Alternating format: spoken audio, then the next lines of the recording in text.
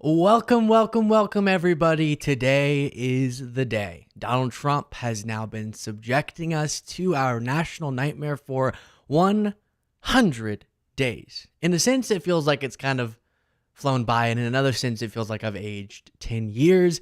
I am so glad to be joined by and streaming on both of our channels, so hello to everyone across both audiences, Jesse Dollemore and Brittany Page, to cover Trump's 100-day rally. We're waiting for him to come on stage. Lots to discuss as we do so. Jesse and Brittany, how are y'all? We are fantastic. How are you doing, Luke? You know, as I was trying to... You sound like you've aged 10 years. Yeah. I've been trying to do some reflecting on the last 100 days. And yeah. I honestly... Even just looking back at history, I think it would be very difficult to find something comparable. Yeah, it is.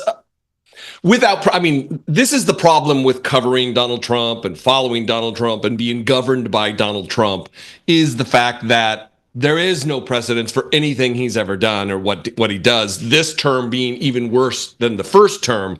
And it leaves people like in our profession doing what we do at a loss for all just kind of repeating the same things. It's just madness and an abject ignoring of the Constitution. It's scary. That's a great point. I struggle a lot with, I don't want to feel like my commentary is repetitive, but the events are repetitive. Like one thing that comes to mind is lately, all the different Trump administration officials come out and all get asked the same question about the deals. Are you striking deals? Have you striked a trade deal yet? How many have been accomplished? Are you going to announce them? Trump then randomly says, I've done 200 deals. They call it 200. And then the reporter says, will you announce any of them? And he goes, no. And so then and every time these officials come out, they just give the same, we won't specify who it is that we have deals with, but we're making a lot of progress. And so then I want to talk about like the news of the day, but it feels a little bit redundant because I, again, have to explain that he doesn't know what tariffs do or what they are, and his officials aren't giving us any new information, etc. Brittany, how do you try to keep it fresh? Yeah, I think it's a difficult thing, but I think we try to focus on what people can be doing a lot. We take it back to that. So even though there are certain themes that are repetitive across what Donald Trump is doing and his administration, we always try to take it back to, okay, there's action that we can be taking on these various things that are happening. And sometimes that helps people feel like they have agency, like they have choices they can make, like there's things that they can actually be doing, especially when we start to feel hopeless and at a loss. I think that it helps to remind people you can be calling your elected officials. You can be going out to these protests. You can be showing up. You can be making donations. You can be getting involved in your community, that all of those things do matter, and they matter a lot. Yeah, absolutely. So as all of you see, thank you to those of you joining. We're covering Trump's first 100 days in office rally, where he's supposedly going to talk about how great things have been and gaslight the living heck out of us. Supposedly. Yeah, that's my prediction. We were thinking about how to title this, and I was like, call it a nightmare rally. And I was like, I guess it hasn't yet been a nightmare, but I think it's fair to say that's sort of inevitable. Let's jump into some, while we wait, of the news items that we'll dive into. Here, Trump did an interview with ABC. Let's check in on one of the clips. 145% tariffs on China, and that's good. Basically an embargo. They deserve it. It'll raise prices on everything from electronics to clothing to building houses. You don't know that. You don't know whether or not China's going to eat it. That's mathematics. China probably will eat those tariffs, but at 145, they basically can't do much business with the United States. And they were making from us $1 trillion a year. They were ripping us off like nobody's. So the same thing there, not understanding trade deficits, what they mean or anything. But Jesse, what does it mean? I like the summary there. That was great. I know. A lot of times I'm like, oh, I have a longer clip, but I can't. We get it. Yeah, because he has the same, and they're ripping us off, and so we're gonna be strong and we're gonna be prosperous, and we're somehow simultaneously gonna make so much money from the revenue brought in by tariffs, and also everything's going to be made here, so nothing's going to be tariffed, and also we're going to be making so much money from the tariffs that we're going to get rid of the income tax. So 2 questions. First one to Jesse. What does it mean that China's going to eat the tariffs? Well, it means Donald Trump just tells on himself with his ignorance, willful ignorance, that he just does not understand fundamentally basic high school level economics, that the tariffs, China's not going to eat anything other than our lunch in this deal because of how much we buy from China.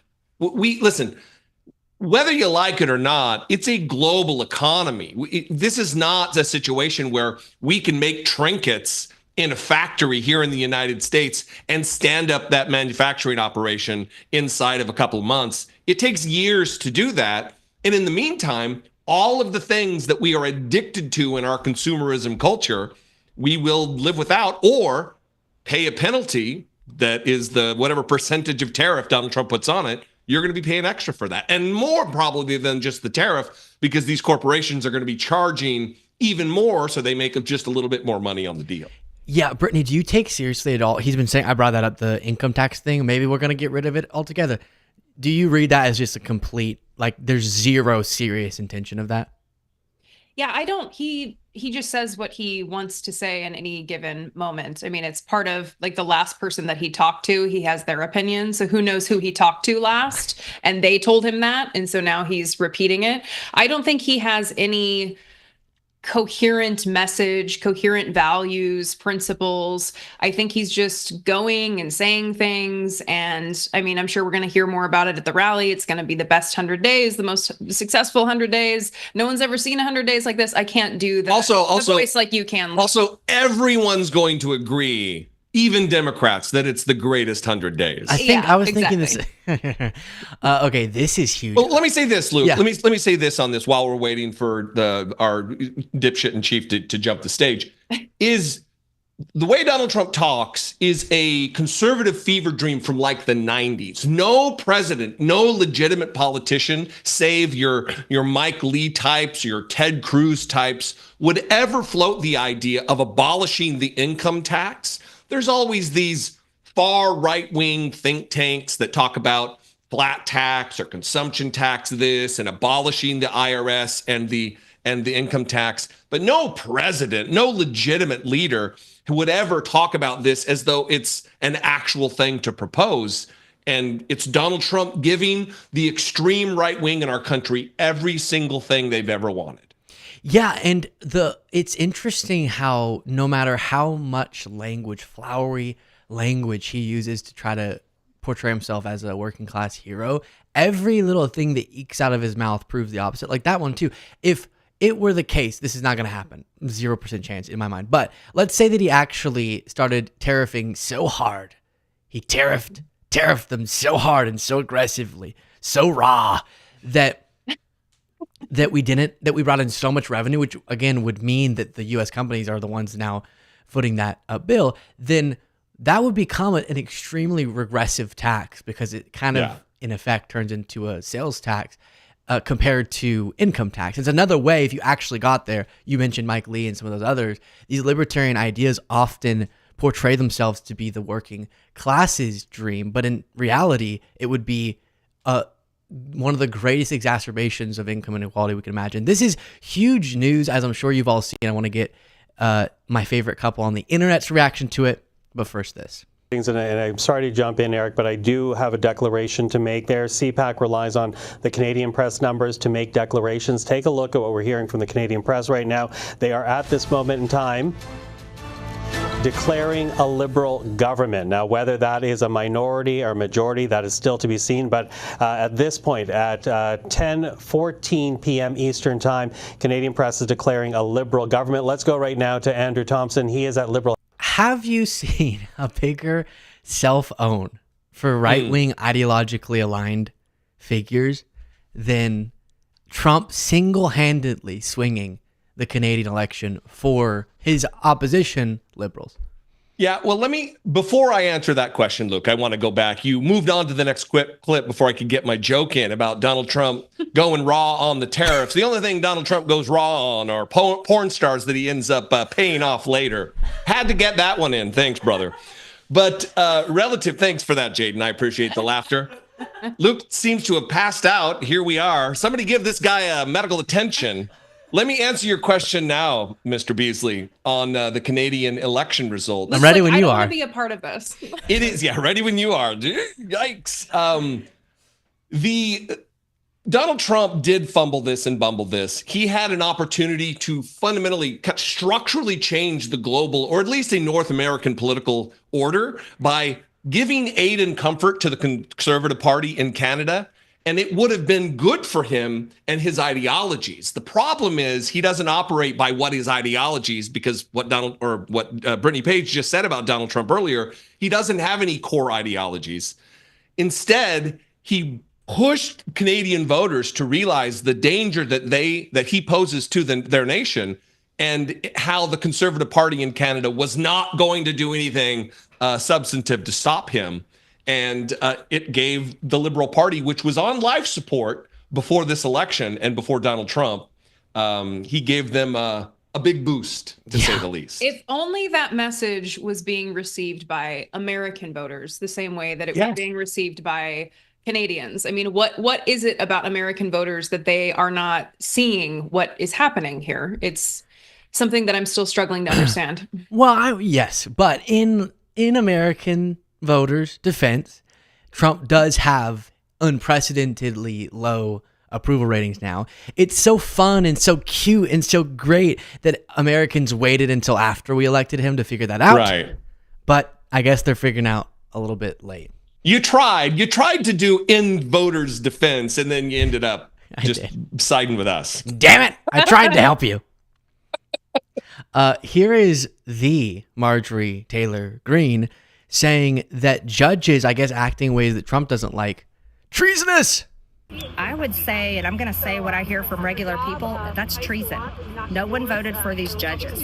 The American people overwhelmingly voted for President Trump, and he campaigned continuously on border security for years. This isn't anything new, and that's what America voted for, so I think the judges need to get out of the way.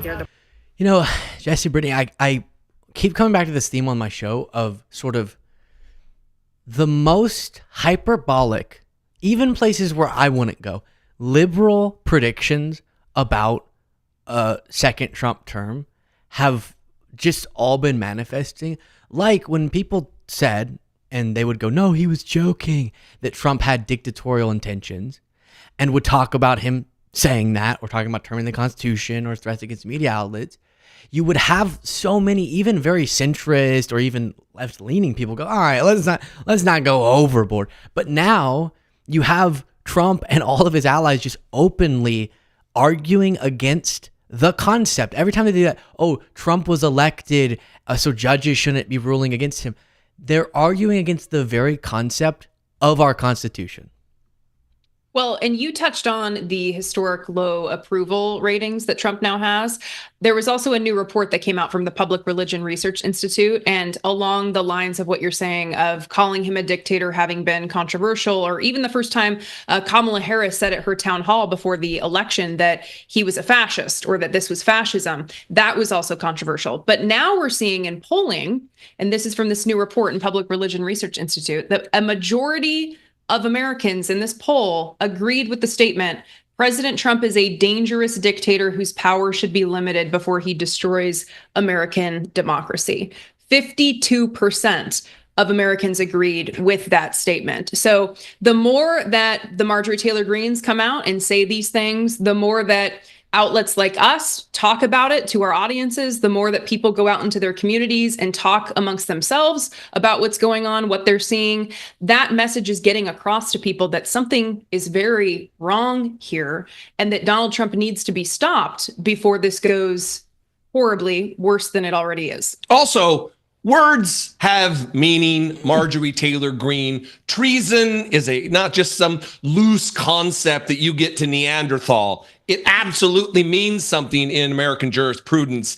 And a judge doing a judge's job, a judge who is not elected per se, but does go through Article 2, Section 2 of the Constitution with the Senate's ability to provide advice and consent, they are there through a democratic process. Yeah. And that's like kind of our thing, was that we set up checks and balances Yes. as separation of powers.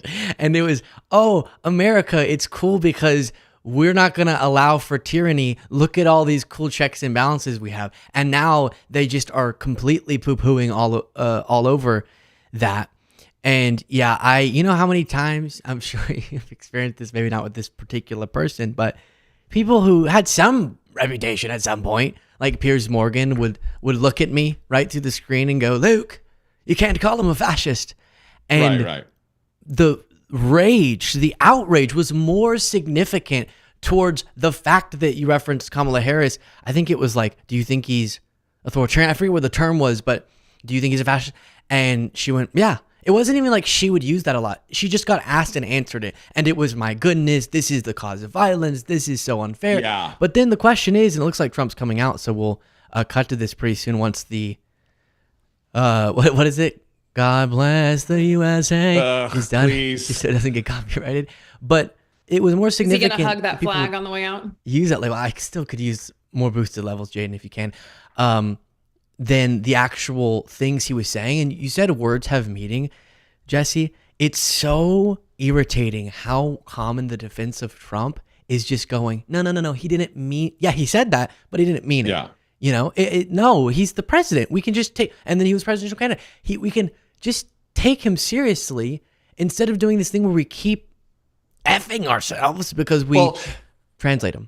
That's it too. It is I'll shut up when he gets to the podium, but it's like that meme that he didn't mean it. It's not what he said, but if he did say it, it's okay. And if it's just the moving of the goalposts. Do the dance. Do the dance. Do it. Pump those fists. Jerk it.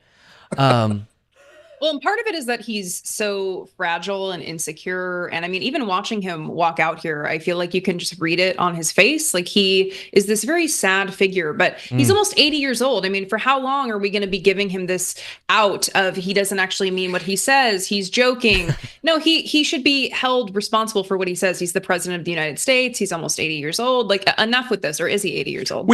No, not yet. But we can all agree that this is just a psychic boost for him, this rally, right? This is just, he feels down. He feels demoralized because it's loss after loss after loss after loss. Totally. And here he gets the MAGA boost injected right into his veins, as though he's Robert Kennedy Jr. from a few years ago. Oh gosh, you're so dirty. You're so dirty, Jesse. The song must be still playing because he's proudly just staring. It's a good point. Yeah. I feel like during the campaign he would hold all these rallies, and sometimes I won't even understand the political benefit other than his own therapy. Here we go. Well,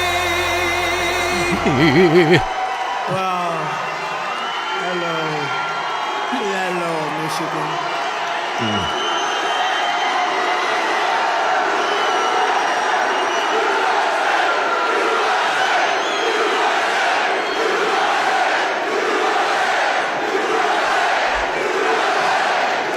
Thank you very much. Hello, Michigan. Hello. We love you, Michigan. We love you. We just had the biggest victory in Michigan. They said, sir, it's going to be hard. Well, we won it twice.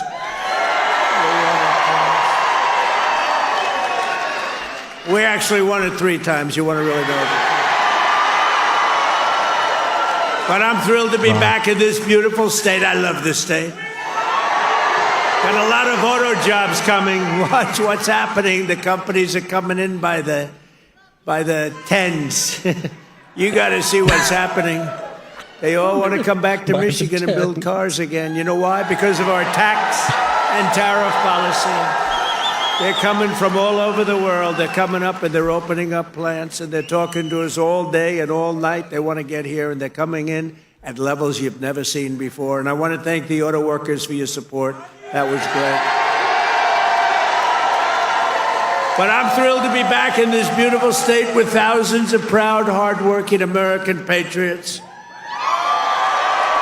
And we're here tonight in the heartland of our nation to celebrate the most successful first 100 days of any administration in the history of our country. And that's according to many, many people.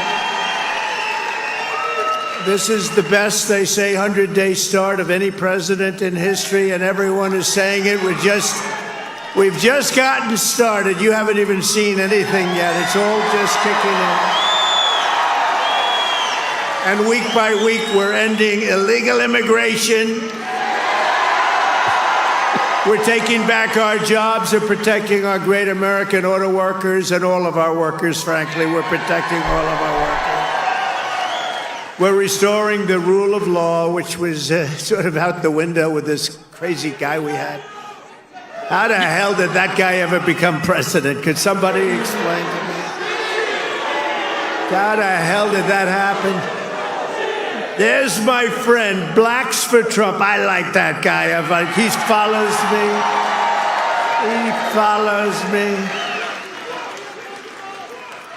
We love you. Your whole group has been so supportive over the years. I want to thank you.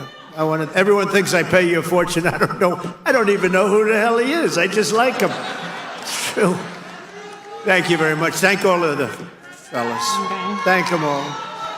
But we're ending the inflation nightmare, the worst that we've had probably in the history of our country, getting woke lunacy and transgender insanity the hell out of our government. We're stopping the indoctrination of our children, slashing billions and billions of dollars of waste, fraud, and abuse. And above all, we're saving the American dream. We're making America great again, and it's happening fast, too. What the world has witnessed in the past. All right, Jaden, quickly we'll take that down. Let me get a better stream. This one is very glitchy. Very, very glitchy. We will jump over to this one real quick. Yeah. We need to develop a bingo card, Luke. Oh, yeah. Next time we do this, just to be able to cross off the things that we predict he's going to say, because he's already hit 2 or 3. Oh, yeah, totally. All right, here we go. And by the way, afterwards, we'll be reviewing some of these parts to address his lies. We want low taxes. You know, the Democrats, they campaign on, we will raise your taxes. It's the first time. You know, I haven't been doing this that long, actually, compared to a lot of people. They've been doing it for a long time. They say, you became president. I can't get out of Congress, or some of them can't even get into Congress. But, you know, I haven't been doing it that long, but all my life I've been watching. And I've never heard people campaigning that they're going to raise taxes. It's always been, we will reduce your taxes, Democrat, Republican. Now they go, we're going to raise your taxes. If our bill doesn't pass, the Republicans, we have 100% just about Republican support, but it would be nice if we had just a couple of Democrats just to make sure, because, you know, every once in a while you have a grandstander Republican. We have some grandstanders, but every once in a while, not many, but remember who those grandstanders were and vote them the hell out of office, okay? Will you do that? Vote them out of office. You know, they do it they're morally bound. You know what the answer is? If you don't get it, you're going to have the highest tax increase in history instead of the greatest tax cut in history. If the Democrats prevail on this bill, you get a 58% tax increase. Would you like that? These are the Democrats. But I've never seen all the years they campaign, we will raise your taxes. I say, this country has gone crazy. And today they did it again. Some guy that I'd never heard of. John James, is he a congressman, this guy? He said, ladies and gentlemen, I am going to start the impeachment of Donald Trump. What the hell did I do? Here we go again. They want to impeach me. This lunatic, he was up. Actually, I had the television way down, and I said to our great First Lady, listen, did I just hear I was being impeached again? We're getting good at this, though. No, they've gone totally crazy. These people, and you know what? They've totally lost their confidence, too. They can't even tell a lunatic like this dumb guy that said it. And then you have the other one that's always with the cane. He's always impeaching. He raises his cane. He always impeaches. But they have no control over those people. They have no control, and the reason is they've lost their confidence. They have no confidence anymore as a party. They have no candidates. And you know, when they say that Bernie's probably the best they have. By the way, he's about 7 years older than me, more, 8 years older. One thing I got to give him credit, he's a lunatic, but he's still pretty sharp. And he's going around with AOC +3. You know, the +3 follow him. They hang on for little bits. They hang on for nuggets. And they get crowds. They say, our crowds are so much bigger than their crowds. Their crowds are small. If I ever had a crowd like their biggest crowd, they'd say it's over for Trump. He's lost the magic. But this is great, and all the people outside, we love you. We put screens up. We're taking back our country from a sick political class that got rich selling America out and bleeding America dry. We don't let that happen anymore. And we had 4 great years. We had the greatest economy in the history of our country. The stock market went up 88%. We did great. And we're going to do better now, because now we learned a little bit. After years of leaders who sent your money to defend the borders of distant foreign nations, that's what we did. We'd fight for other nations, but not for ourselves. You finally have a president who is defending our borders and our nation.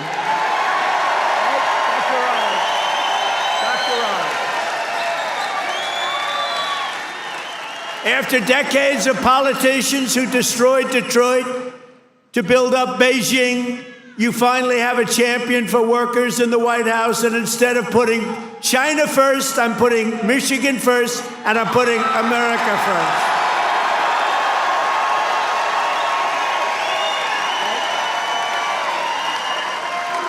After a lifetime of unelected bureaucrats stealing your paychecks, attacking your values, and trampling your freedoms, we are stopping their gravy train, ending their power trip, and telling thousands of corrupt, incompetent, and unnecessary deep state bureaucrats, you're fired. Get the hell out of here. You're fired. Get out of here.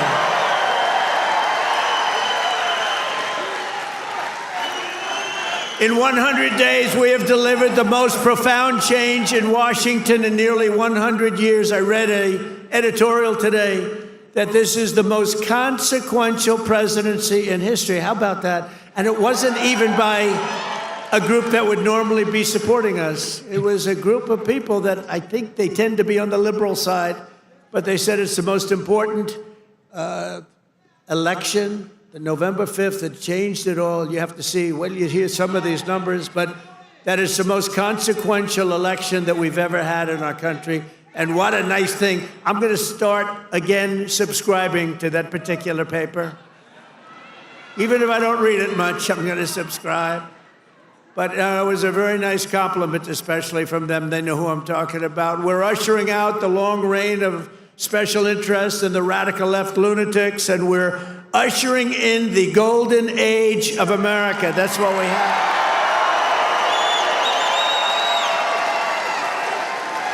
Right? Front row Joe.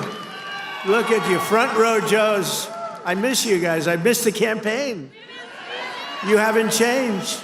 You've lost a couple of pounds. Oh, he's probably getting to one of those jabbers. You've lost a couple of pounds. You look good. And I have Mr. Wall here. This guy. How many rallies have you gone to? Like hundreds, and we love him here. The Wall. One day I'm going to get that suit and I'm going to wear it on stage. We appreciate it, fellas. Great. Thank you. You know, we have a group of ladies. I don't know if they're here, but we have a group of women from North Carolina, a large group, like 50 of the most beautiful women, and they've been to 129 rallies. They're happily married, I think, too. They just keep going to rallies all the time. But they're great. North Carolina, where we won by big numbers.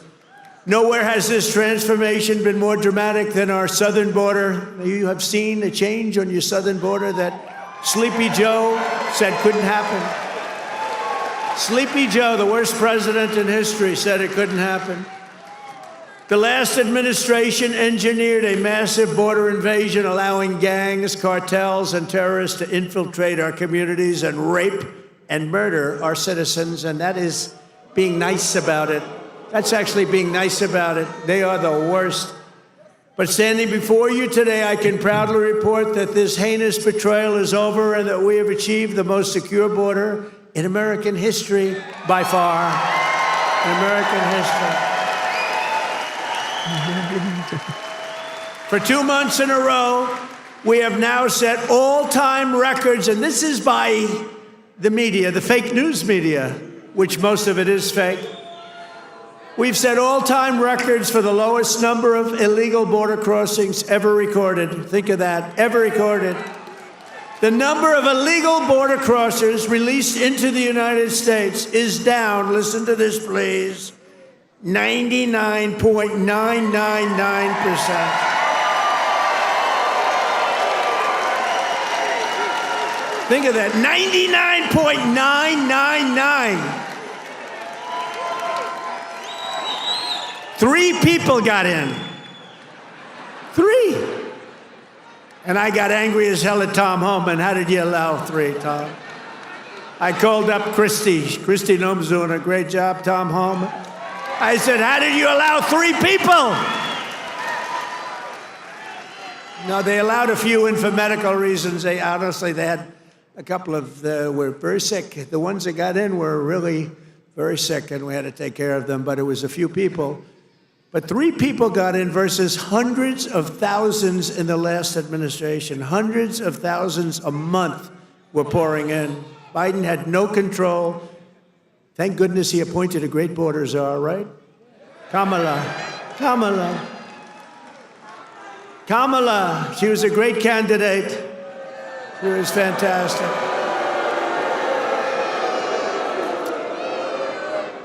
Joe Biden was down 35 points. The debate was not a good one for him. He said, you know, if I didn't debate, I could have gone all the way. He was down 35 points, and they decided to replace him. Nothing ever happens like what happens to me. It never happens to anybody else.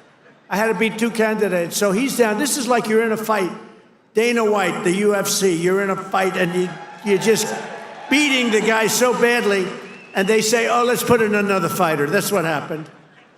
And I knew nothing about her. She was vice president, but nobody knew a damn thing about her. She had nothing to do with the border, even though she was appointed border czar. The great people, all of the great people, Paul and all of the Border Patrol people, they never spoke to her. They never heard about her. For 4 years, she never called. But there's never been such a difference in anything as the difference between the border today and the border what it was just 6 months ago. So I want to say congratulations, America. It's about time. If we had not won the 2024 election, oh, does that sound good, right? We won the 24, all that work. The radical left Democrats would right now be importing the next 10 million invaders and giving amnesty to 30 or 40 million illegals, many of them criminals, many of them frankly, murderers and people of crime at the absolute highest level. Real bad people. It would only be a matter of years or months until America itself became a failed third world nation. That was happening to us. We were going to be a third world nation. I'll tell you what, if these guys won, if this group of radical lunatics, and by the way, you know, Biden, we find out that whoever operated the auto pen was the real president, and Biden knew nothing about it. You know, he had a group of radical left guys who were very smart, and a woman, a particular woman. Very, very smart people. These are not stupid people. These are sick people, but they're not stupid people. And they were very smart. What they're best at is cheating at election. They cheat on elections. That's their single greatest trait. They cheat like hell. And let me tell you, they tried to cheat on this election, but we made it too big to rig. Remember? Too big to rig. They tried. I watched those numbers. We had Elon with us. Elon is a smart guy. Elon was with us. Elon Musk. And I was sitting with Dana White and Elon Musk, and I'm watching the numbers in Pennsylvania, and we're winning so easily. Then all of a sudden it flatlined.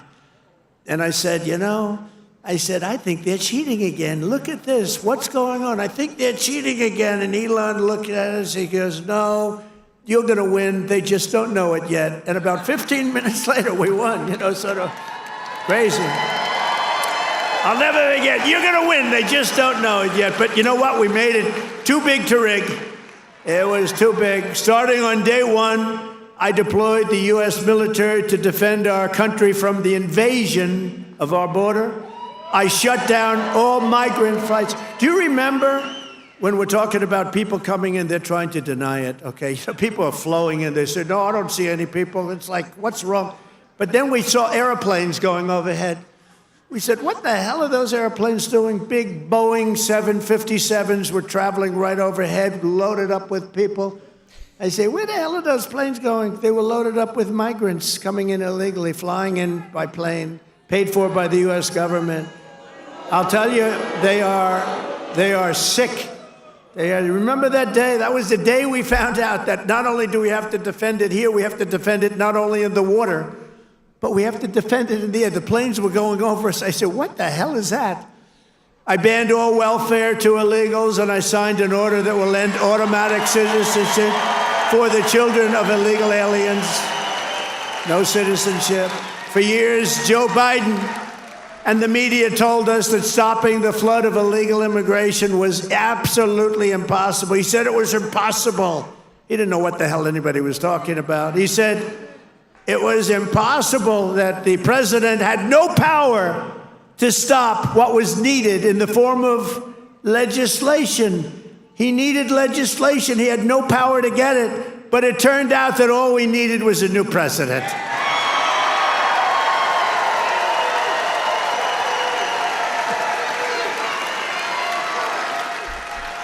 Within days of taking office, I signed the Laken Riley Act. Laken Riley, beautiful Laken Riley, who was killed by an illegal immigrant, viciously, violently killed.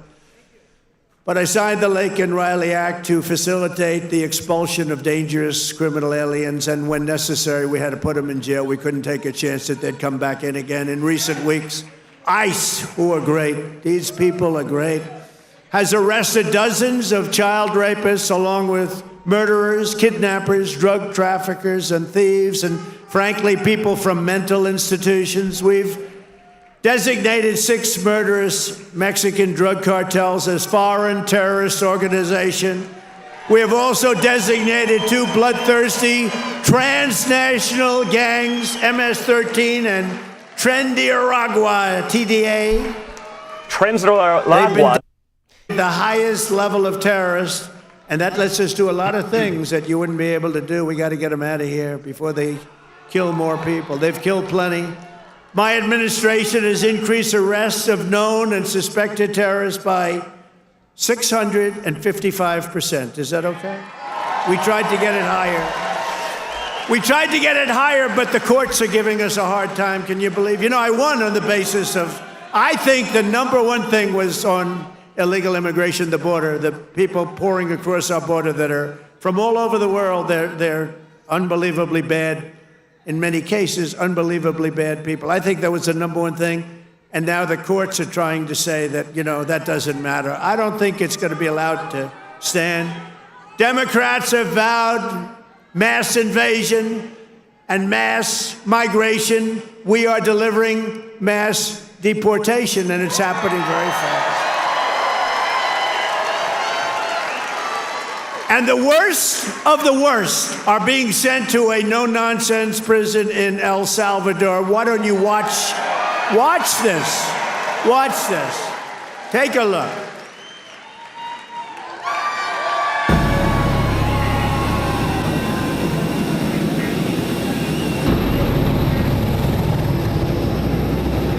He's throwing the clips.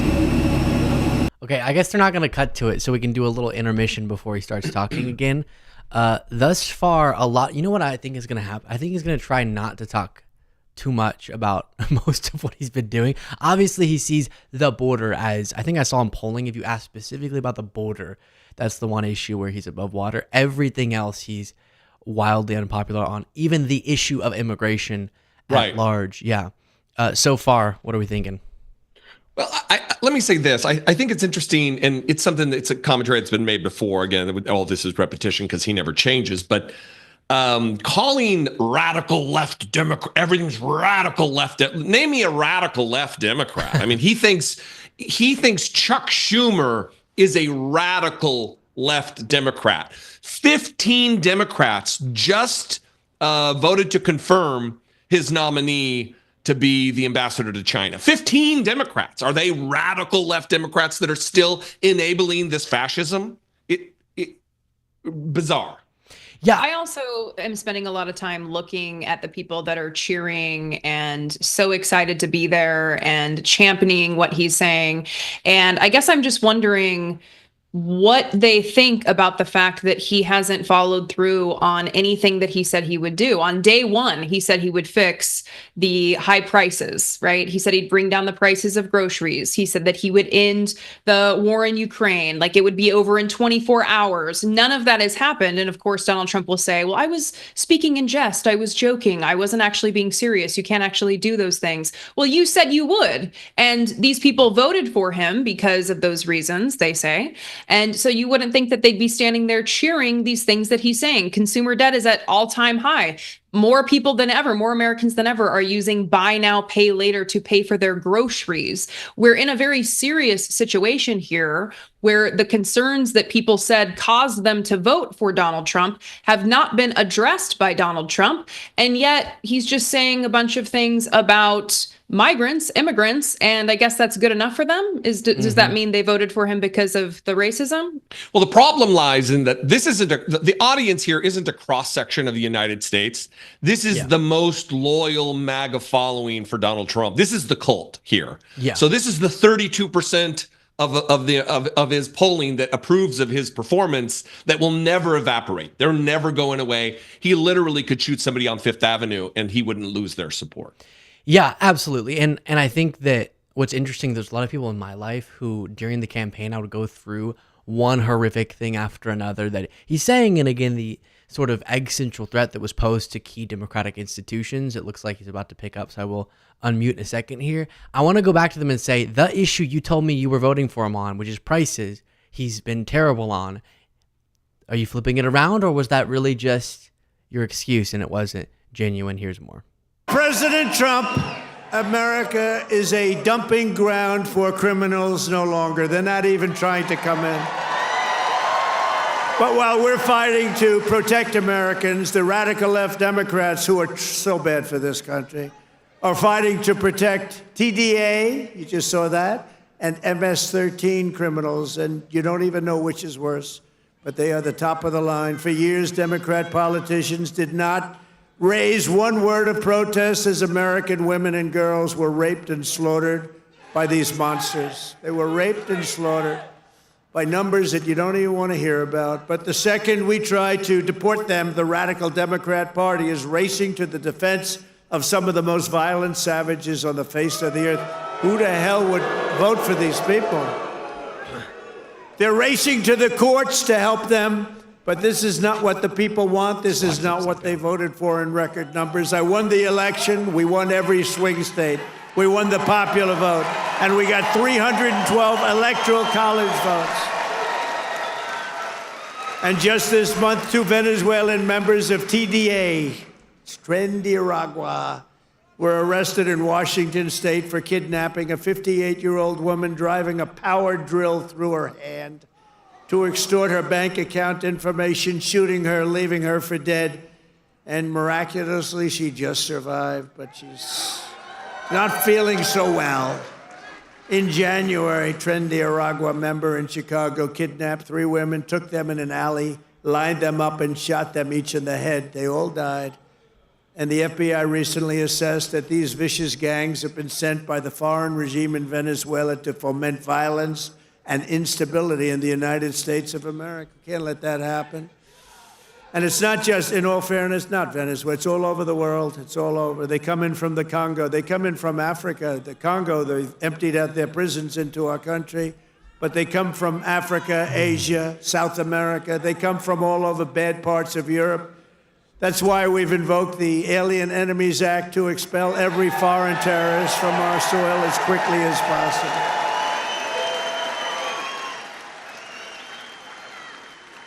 Never forget the same people that we now claim we're just not taking this crap anymore. We can't. They're claiming that we're not allowed to deport illegals, and they're the ones who orchestrated an 8-year campaign to jail their political opponents. Do you know what I mean? They want to jail. They want to jail. That's all they can do, jail their political opponents. What they did to people is a disgrace. And now they come after us. Why are you not nice to them? Why are you not nice to them? They tried to jail your president. They tried to jail. Except for the really courageousness of a few very good judges, you know, we could have been calling you from the other side of the bar saying, hey, fellows, how about a little protest? How about a little protest? But they cheered the assassination of CEOs, looted our cities, and destroyed our property. No, they tried to jail our politicians, and they tried to jail a lot of people, many of whom didn't even know what the hell they were being looked at for. These people are criminals. If they had their way, we would be living in a third world hellhole. That's what they want. Removing the invaders is not just a campaign pledge. It's my solemn duty as Commander-in-Chief. I have an obligation to do it. Save our country. And that's why we got, despite the fake polls, you know, they do these polls where they interview far more Democrats than Republicans. I saw them over the last few days, and I had them checked out. They interview far more Democrats for the polls. They interview Democrats by big numbers and then Republicans by small. They say, Trump only has a 44% approval rating. Well, it's actually not bad. But when you figure that if it were a legit poll, it would be in the 60s or 70s. These people are a bunch of crooked people. No, they interview more Democrats than Republicans. In other words, they take the poll and they interview Democrats. They poll Democrats. And then they say, they try and depress it as much, just like they write bad stories. 97% of the stories written about me, think of it, were negative. And yet we won credibility.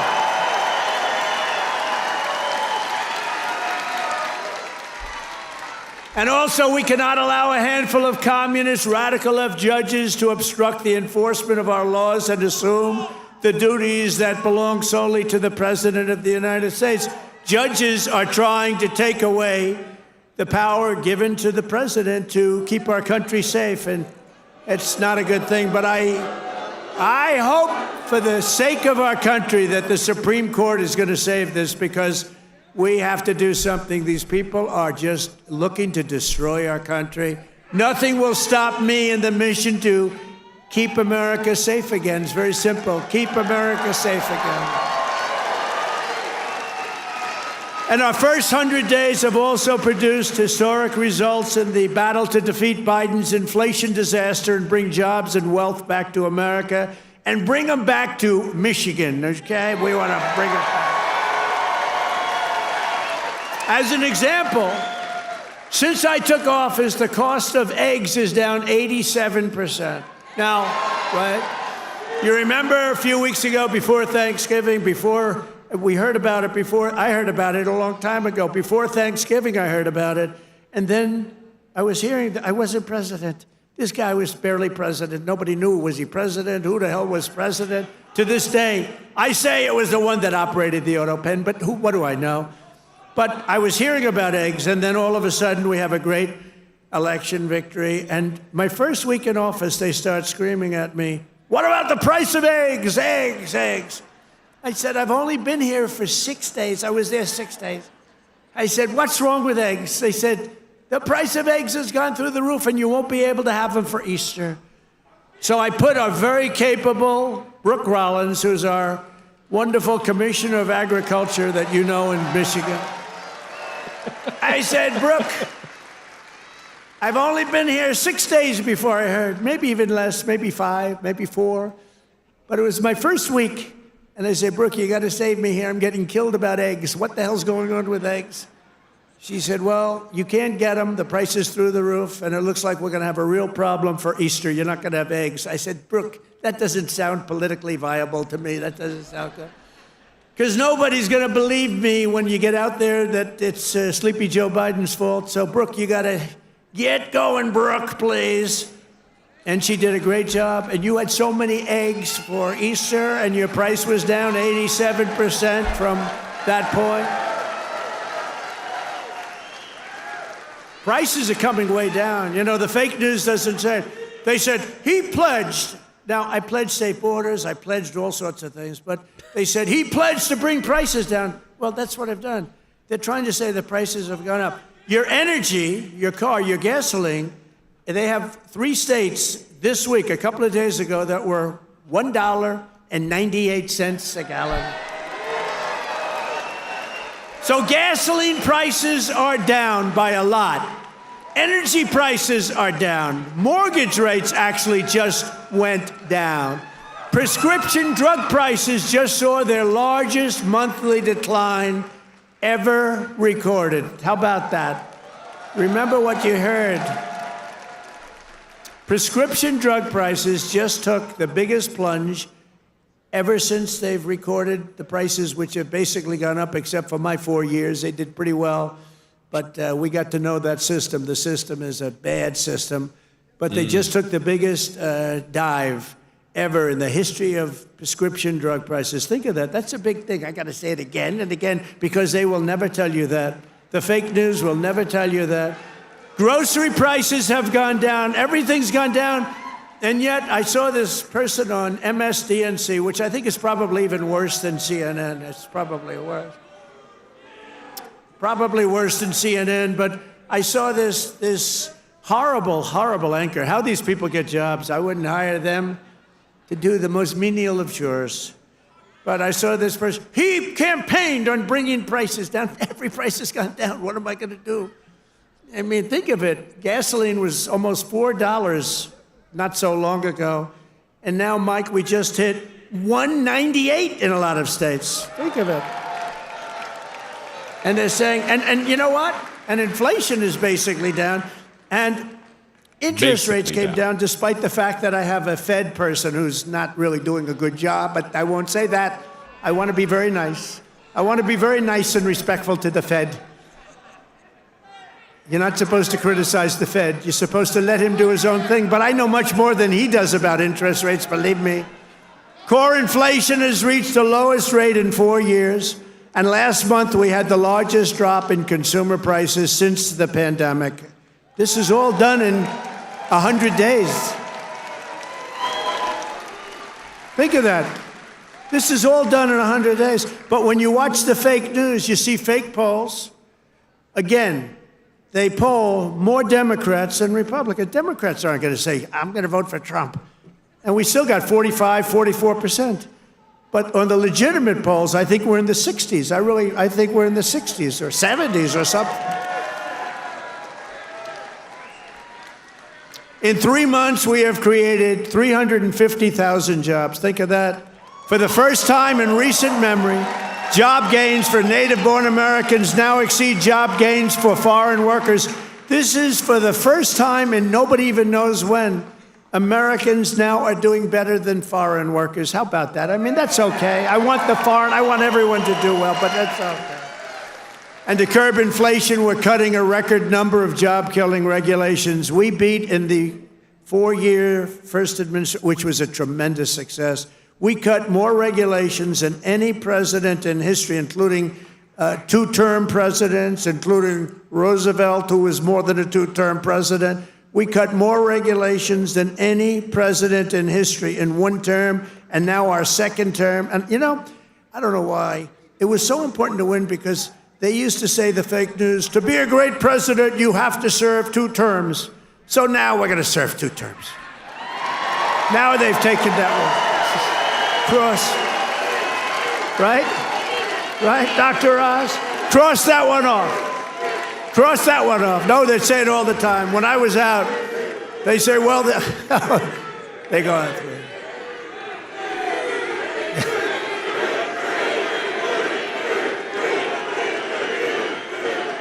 Thank you. Just for context, they're chanting 3 like we want a third term. Yeah. But we've ended the radical left. Well, we actually already served 3, but if you count. But You remember, served 3. I like the victories. I like the 3 victories, which we absolutely had. I just don't like the results of the middle term, the results. I don't want those results, John. I don't want those results. What results? What a disgrace. If we would have had this group for another year, we wouldn't have a country left. I really mean it. I don't think we would have had a country left. And now we're respected all over the world. They're coming from all over the world to see you, President. They're coming from India. They're coming from France. They're coming from Spain. Yeah, they're coming from China, too. Yeah. I'm going to come. From all over the world to see you, President. They want to make a deal. They want to make a deal. And you know, we'll make deals, but we don't have to. We are the ones that have the product. We are the ones at the United States. They want a piece of our product. We can just set the price. But I want to be respectful and I want to be nice. But if it takes too long, I'll just set a price. Say, you could buy or you don't have to buy. We lost, think of this, we lost billions and billions of dollars a day. Billions, not millions, billions of dollars a day. And under Sleepy Joe Biden. What's better, Crooked Joe or Sleepy Joe? Ready? A poll, a free poll. Because these pollsters are so corrupt. This is a real poll. We're going to poll Crooked Joe or Sleepy Joe. Ready? What's a better name for us to call him? Sleepy Joe or Crooked Joe?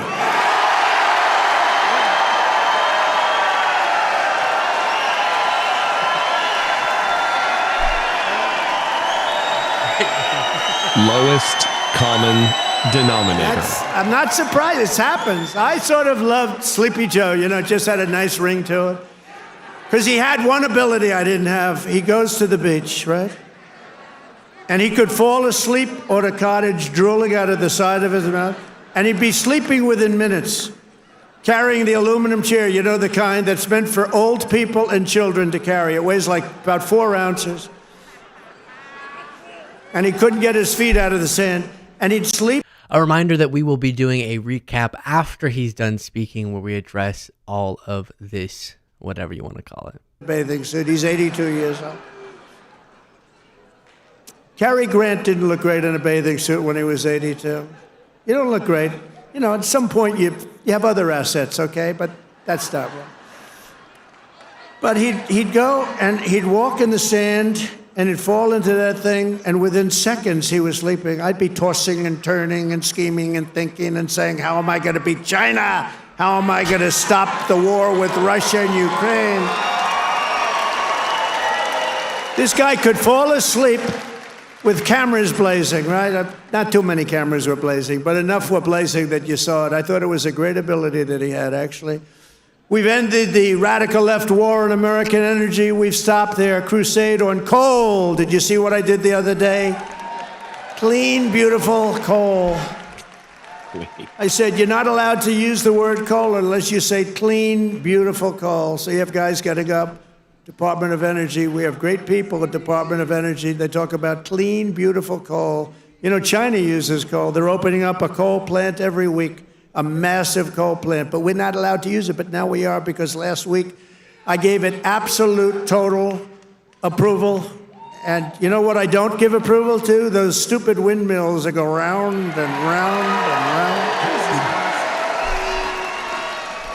And we've ended the Green New Scam. We've reopened ANWR, the greatest drilling site anywhere in the world, in Alaska, and implemented the new energy policy of the United States. You know what it is? We have a policy.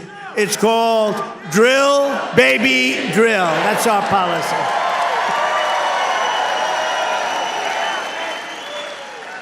That's our policy, Michael, right? Great Michael Whatley, head of the Republican Party. He's done a good job. Him and Laura, they took the party by storm, right? He had a good candidate, but had a couple of good candidates, didn't he? Michael's been incredible, actually. Michael Whatley, North Carolina. He watched in 2020. He did so good for me, and he was in North Carolina. He did so great. What's the problem over there? What's the problem? Is that a radical left lunatic? He's just a child. All right, get him out. Yeah. Oh, I'm sorry. I'm sorry, ma'am. I thought it was a guy. Thank you. And she now has to go home to a mother who's a big Trump fan.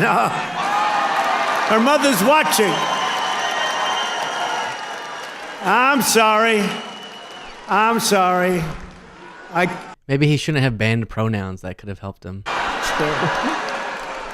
To keep my promise to the great state of Michigan, I terminated Joe Biden's insane electric vehicle mandate where you were mandated to buy an electric vehicle. That is false. Quickly, while we're watching, if you appreciate, well, I don't know what you appreciate now, but if you appreciate the fact that we're going to have a great coverage afterwards, please do click the subscribe button wherever you're watching. On Jesse's channel, on mine, go subscribe to Brittany Page. Much love to you all, and we'll be back after he stops speaking. You can buy lots of different cars, but you can't be mandated to do anything. And I've already proudly imposed a 25% tariff on all foreign automobiles. Any foreign car, like they do to us. This is going to create more jobs in this state and this country. And to help these automakers bring their factories home as rapidly as possible, I've just signed an executive order to give partial tariff rebates to any company that assembles its cars right here in the U.S. In other words, if they can't make it in time because they have to do it here, otherwise they haven't, I'm giving them a little bit of a break, right? They took in parts from all over the world. I don't want that. I want them to make their parts here. But I gave them a little bit of time. It's 15% and then 10% of the parts, so it's not so bad. Somebody would say, oh, well, that's a change in parts. It's not. It's called a little flexibility. The guys were crying. They love it. Everything's good. But just in case we can't get everything in time, we gave them a little bit. So it's 15% of the parts and then it's 10% of the parts. We give them a little time before we slaughter them if they don't do this. Right? They're going to make so much money. They're going to have so many jobs. No, but jobs are way up.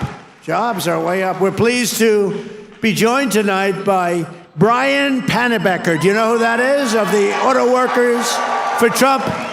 And Brian is a union guy, loves the unions, loves everything, but he knew that Trump was right. Brian, come up here, Brian. I got to see Brian. Look at the arms in this guy. He loves the unions, arms. Loves everything. Thank you, Mr. President.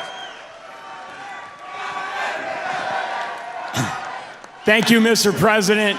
It's a great honor to be here on your 100th day in office of your second term.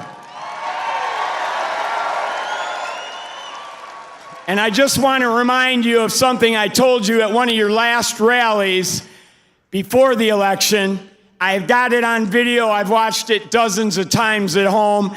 After I was able to speak, I turned to you and I said, Mr. President, Macomb County is going to win Michigan for you. And that's exactly. Why does he rewatch that a lot at home? You don't even want to know. It's the only thing that gets me to go.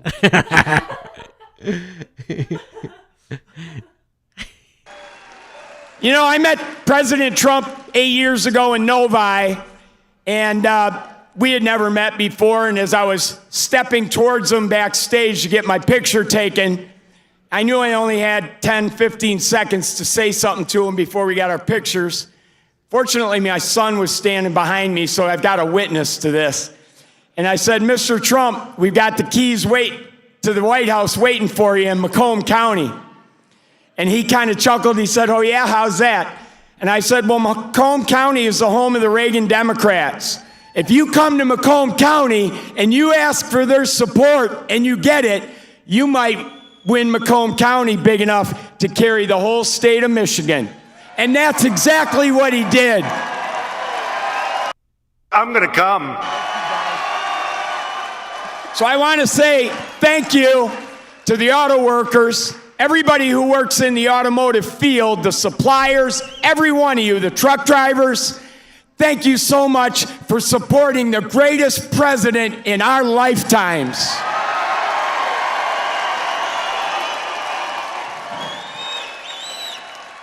Now, I've got a little business announcement I want to make. I hope the president doesn't mind.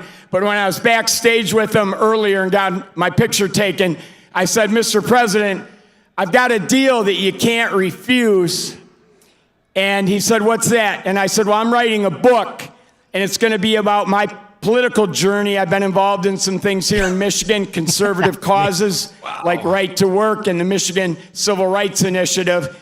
And I said, you have a publishing company, Winning Team Publishing. It's run by Don Jr. and his partner.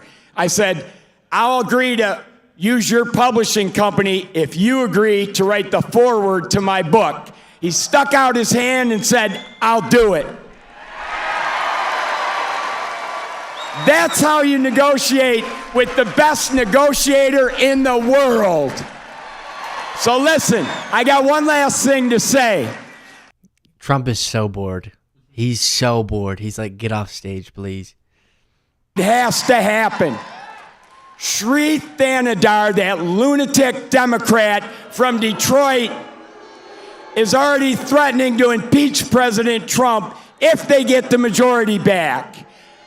But luckily, right now, we've got good people in Congress like Congressman John James over here who are stopping that from happening. But listen up. So we got to get out, and we don't have any time to waste. We got to start talking to our friends, our neighbors, our family, our coworkers. The campaign for 2026 starts tomorrow. We've got to win that election. So the work is not over. The work has just begun. November 5th was not the end. It was the beginning of the golden age. And let's all tell President Trump how much we support what he's done the first 100 days in office.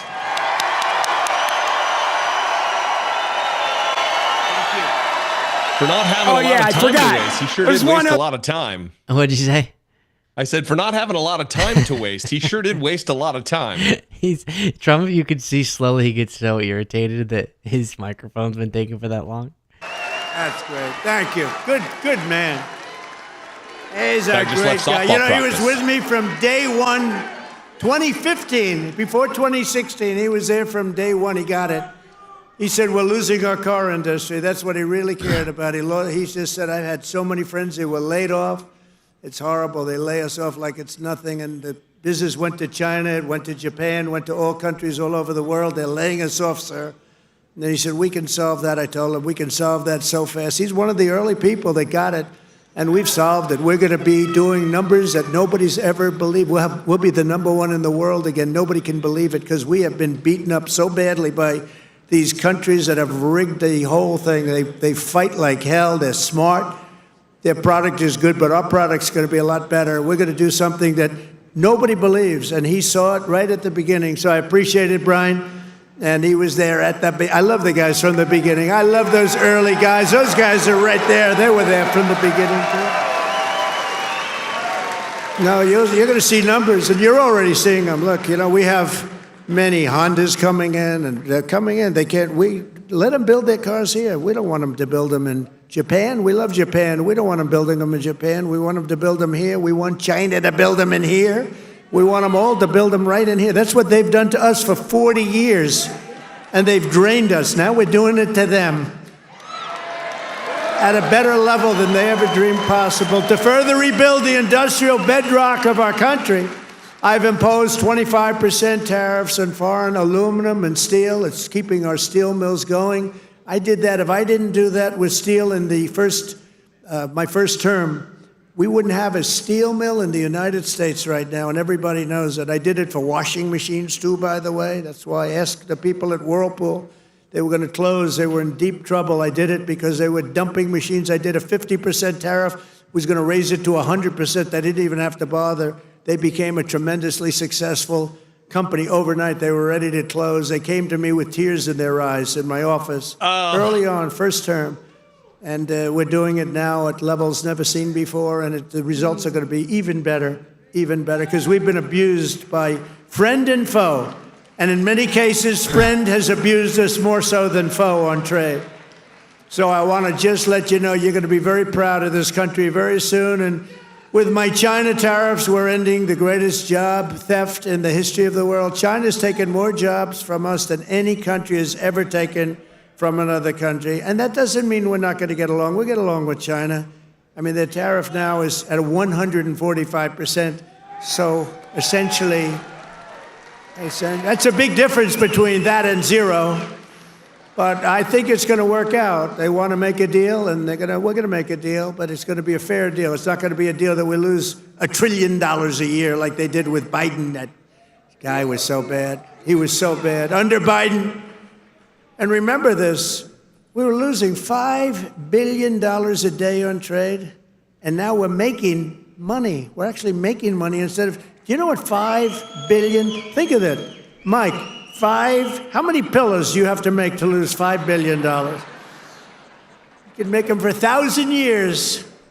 No, we were losing $5 billion a year. Now we've got it where we're making money, and the tariffs haven't even really kicked in. The 25% on cars have. But you know what that means? That means that you're going to make the cars. We don't need the cars from outside. When they say, oh, sir, we want to send you a lot of cars, I said, we really don't want your cars. We really don't want. We want to make our own cars. That includes Canada. That includes Mexico, who have taken a tremendous amount of our business. Canada's taken off a tremendous, like 10, 12%. Mexico is 32%. They took 32% of our car production. We don't want them to have that. We want that. Why are we giving it to them? Why are we subsidizing Canada $200 billion a year? Why are we subsidizing Mexico for $300 billion a year? There's no reason for it. We're not. To be the president for the workers and not the outsourcers, the president who stands up for Main Street, not Wall Street. You know, I like Wall Street. I like Wall Street. I have a gorgeous, beautiful building on Wall Street, 40 Wall Street. Anybody? You want a little space? I'll get you some space real quickly. Now I've got one of the most beautiful buildings in the world on Wall Street, but I still like Main Street because you're Main Street. I want Main Street over Wall Street. And we want to protect the middle class, not the political class. That's all. I haven't done this very long. We want to protect our people. You know, this is the greatest, when you think about this, look, here we are, it's not even like election, it's after the election. And you have crowds like this, and to have them, we're going to do the commencement at University of Alabama. And they just called and they said, it's going to be the biggest crowd we've ever had we've never had a crowd like this. And I'm doing it at West Point, and they called and said the same thing. We love West Point. We love University of Alabama. We love Alabama. You know what I won Alabama by? Like almost 50 points. So when they called and they said, would you like to do the commencement? I said, okay, I'll do it. But they're going to have the biggest crowd they ever had by maybe 4 or 5 times. They told me, thanks for all of the things that we've done and to our policies. Trillions of dollars are now pouring into the United States because of common sense, just common sense. Apple, great company, was building everything in China. Now they just announced that they're spending $500 billion to invest in America, not in China. My friend Jensen from NVIDIA, they're spending, you know what NVIDIA is?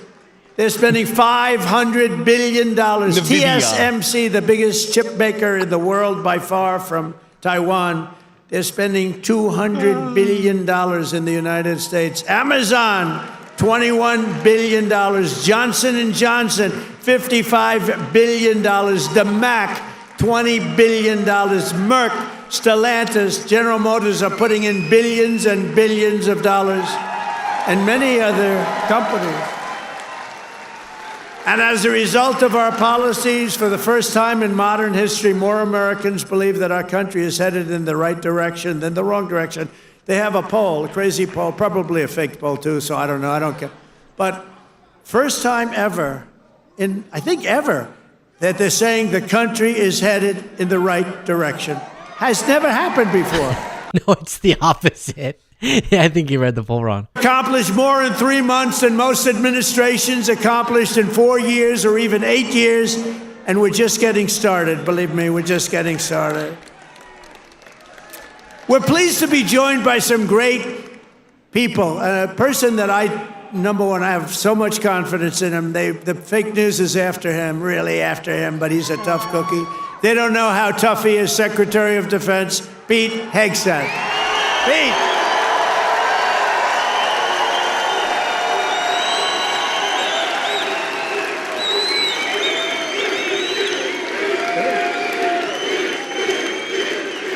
Wow, that's pretty good, Pete.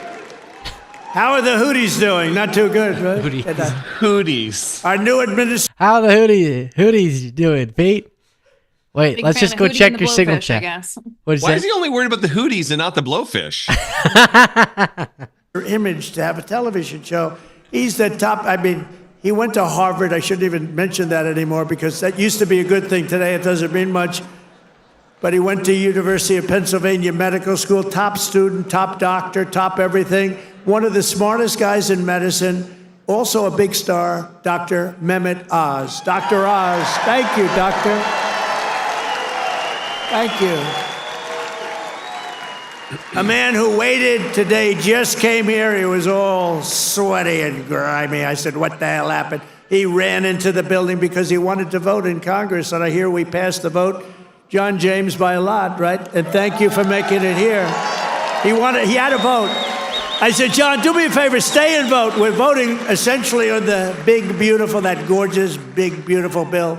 I said, you know, I want you there badly, but you got to vote, please. So thank you very much, John. Good job. Michigan House Speaker Matt Hall. Matt, thank you. Thank you, Matt. Michigan Senate Republican leader Eric Nesbitt. Thank you, Eric. Thank you very much.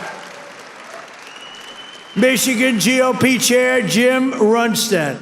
Thank you, Jim. Good job. Nice tie. Thank you, Jim. Great job. One of my favorite people. I mean, we just had such success. You know, we had so many votes stolen in 2020, and then this guy came in, and they didn't steal him from his state, North Carolina, I told you. But they didn't steal him. He had 601 lawyers, and they had lawyers at every voting booth. And I said, who is that guy that did so well? Because we won the state. Other states, you know, they inched us out. You know, at the end, they just inched us out. Crooked as hell. But this guy didn't let that happen. His name is Michael Whatley, North Carolina. And now he's the head of the Republican Party, RNC. And he's great. And I must tell you, he worked with a great woman, my daughter-in-law, Laura, who was unbelievable. Who's got a very successful television show. That was a tremendous combination. That was a very important combination. Also the great, and you see him on television, he's unbelievable. Hey, Stephen, come up here fast. The great Stephen Miller. Do we like Stephen? Where is Stephen? Come here, Stephen. I love this guy. I love this guy. There is nobody smarter or tougher than Stephen Miller. Stephen, say a couple. Well, that's insulting to everybody. 100 golden days of America. President Trump has achieved the most secure border in American history. He's fighting violent crime. He's fighting the drug cartels. He's cutting your taxes. He's cutting wasteful spending. He's draining the swamp. He's standing up to the radical left. He's standing up to the communists, and he's making America stronger than it's ever been. President Trump will never stop fighting for you, your children, and your family, and President Trump will make sure that in this country, not illegal aliens, not criminals, not gangbangers, but American citizens come first, last, and always. Thank you. And thank you, President Trump, for being the greatest president in American history. Step aside, Lincoln. He's great. This guy, he is something special. And he's been with us right from day one. Right from day one, Stephen's been there, right? He's been great. A man who put on about 928 rallies for me. We didn't have a glitch. Justin Caparel. Justin, thank you, wherever you are. He's probably backstage working. We did over 900 of these. Thank you, Justin. And Margot Martin. Does anyone know Margot? Beautiful Margot. I call her the world's greatest photographer. Where is Margot? Margot's great. Where are you, Margot? And she's very shy, actually. She's both beautiful and shy. Thank you. Where? Margot, come up here, Margot. Come on. You got it. This is the most beautiful. Now, I'm not allowed to say this. It's the end of my political career, but Yeah. She's beautiful. Oh, that's terrible. What were you going to say something, Jesse? I was going to say, dude, get on with it. I know. Why are they always so long? The low energy Jeb portion of the event has arrived. He's running out of energy, so he's bringing up the backups. Margot, come on. Come here. Let me tell you what you're beautiful. Come on. go. And how about Caroline? How's Caroline doing? How is our Caroline doing? Caroline has taken the world by storm. She's taken it. And, you know, we have a man here that I don't know, but he's defending me all the time on CNN. And he defends me really well, but he can't go too far, because if he goes too far, he'll get fired. I said, you're amazing. You can take it right Scott to Jennings, the edge. right? Yeah. And he really does a good job. He's not allowed to go any further. He would be off, you know, if he really went totally crazy, which he'd like to do. But I think he's terrific. Scott Jennings. Where's Scott? Where are you, Scott? Remember that Scott Jennings was fully aware of how terrible Trump was in the wake of January 6th. Even, I think, pontificated about removing Trump from office, and now he's a bootlegger. That's right. Yep. Yeah. Oh, CNN, this is the end of Scott. No, who cares? Don't worry, we'll take care of you, Scott. Scott Jennings, really great. Thank you. Michigan. We were flying in here today, and I said, look at these farms. I got to get a farm in Michigan, because when you own as many libs as I do, you got to put a place to put them all. Thank you all very much. Dang it. You had like 10 words you were going to say, and you messed up. You got to put a farm to put them on. When you own libs like I do. Washington working on the big, beautiful bill. We're going to name it, I think, the big, beautiful bill. In 100 days, I've taken more than 1,000 executive actions, and I could recite our accomplishments all night long. And by the way, did you just see what I did? Straws. I wiped out the paper straw. Little things. These are the little things. Your sink. You ever try buying a new sink and no water comes out? Your shower heads, your toilets, the whole thing, it's a disaster. We now have it so you can have as much water as you want, because it's not an environmental problem. You have areas that can't get rid of their water, and yet they put restrictors on them. You used to take them off, but now you can't because they're welded in, but now you don't have to worry about that because we've opened up your faucets, and we've opened up, especially me. I don't like taking a shower where the water goes drip, drip. And especially the toilets, 10 times, 15 times. They call it big, massive dumps. I need everything I can get. I don't need to be under a shower trying to get water to come out of that damn thing. So we've opened up the shower heads, the faucets, the toilets, the washing machines that don't give you water. All of that stuff has been opened up, and we're giving you gas ovens, gas stoves, if you'd like. No more electric. You can have electric if you want. I have a lot of friends, they like gas better. You're supposed to sell your gas stove or get it, I don't know, who do you sell it to? Maybe another country, because we're the only country that would be so stupid to that. But the stoves now, you can have gas stoves, all you want. Put 4 of them in your kitchen. I couldn't care less. It's all common sense. People were so angry about that. Remember? They were all angry. Get rid of your gas stove. You have to go to electric. There's something they have with electric that's amazing. And by the way, Elon makes a great car, but not everybody's going to want it. I love Tesla. You know, they all say, oh, well, Trump is, maybe he's under the thumb of Elon. Do you think Elon was happy about ending the all-electric mandate? I don't think he was too happy, but he's a great guy. You know, honestly, never said a thing. He says, legalize comedy. Hear what they've done to him, too. That is a disgrace. That is a disgrace. But he's a great guy, and he's really helped us. And, you know, they've saved $150 billion on waste, fraud, and abuse, Doge. So we want to thank him. He's an incredible guy. Anybody that can land a rocket ship. I saw this thing come in. I said, you got to be kidding. This rocket's coming in. You know, most of them go right into the ocean. But he lands it. I was on the phone with somebody talking, and I saw this thing coming in. It's spinning out of control, coming down. It's all burning. It's on fire. Looks like hell. I said, well, just another rocket going into the ocean. And then all of a sudden you see the fire pouring out of the engines, and it starts to slow up, slow. Then it's straight. Then it starts moving over a little bit.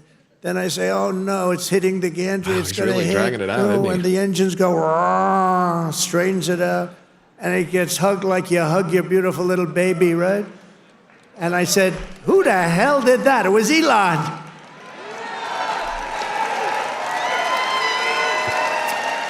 And he told me, you don't have a space program if you have to drop $1 billion machine into the water every time you fly. You have to save those suckers. So he does. He's an amazing guy, and he's a great American, and he loves our country, he loves you. And he's paid a big price to help, but I have a feeling it's going to end up being good for him, actually. I really do. I established the new Presidential Commission to Make America Healthy Again, chaired by our new Secretary of Health and Human Services, Robert F. Kennedy Jr. He's doing a good job, Dr. Oz, right? He's doing a good job. And he's a little bit different, but I want to tell you, he's a great guy. He's a great guy, and he loves his country. Just last week, Bobby announced that we're banning 8 major artificial dyes from our food supply. Sounds good to me.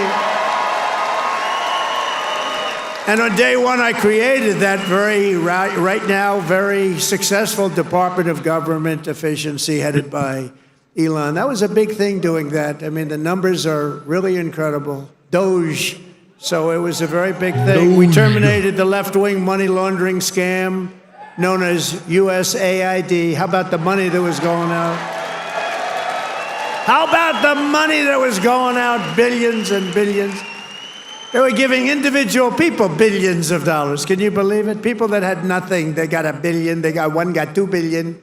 $2 billion for the environment. Had $100 in the bank. You got $2 billion. Not $2 million. You know, $2 million would have been a lot. 200,000 would have been a lot, but it would have been fine. $2 billion. And we directed all federal workers to return to the office in person, or unfortunately, they're fired. You're fired. You know, some of these guys got their golf handicap way down during the so-called time where they're supposed to be working at home. You know, they weren't working at home. Who the hell would work at home? How do you work at home? It's terrible. And we found a lot of them where they had second jobs. They were just taking us for a ride. They're all taking us for a ride. The foreign countries were really taking us for a ride, both on military and on trade. But we stopped it, and we're stopping it. I withdrew from the unfair and ridiculous Paris Climate Accord, where we were paying trillions of dollars. We would have spent numbers like you wouldn't believe, and China wouldn't have spent anything, Russia wouldn't have spent anything, India wouldn't have spent, but we would have spent over $1 trillion. I withdrew from the corrupt World Health Organization, where we were paying $470 million. And China was paying, with a population quite a bit larger than ours, thank you. The problem with us, we have no idea what size our population. They allowed so many people on under Biden. But let's assume it's 325 million. China's 1.4 billion. We were paying $470 million. And China was paying $39 million. And China was running the whole show. So I said, no, thank you. I withdrew. They offered me to sign up at $39 million. I still said no because it was sort of scammy. I didn't like it. And Biden came back in, and he signed up. And they knew we could have signed up for $39 million or less. He came back in, and he signed up for the same as what they were paying before, almost $500 million. Now, That's a lot of money, but it's nothing compared to the trillions of dollars that they waste. But that's the way it is. They know they can sign up for less. They don't even care. It's like they don't want to have the conversation. And you're talking about a $450 million difference.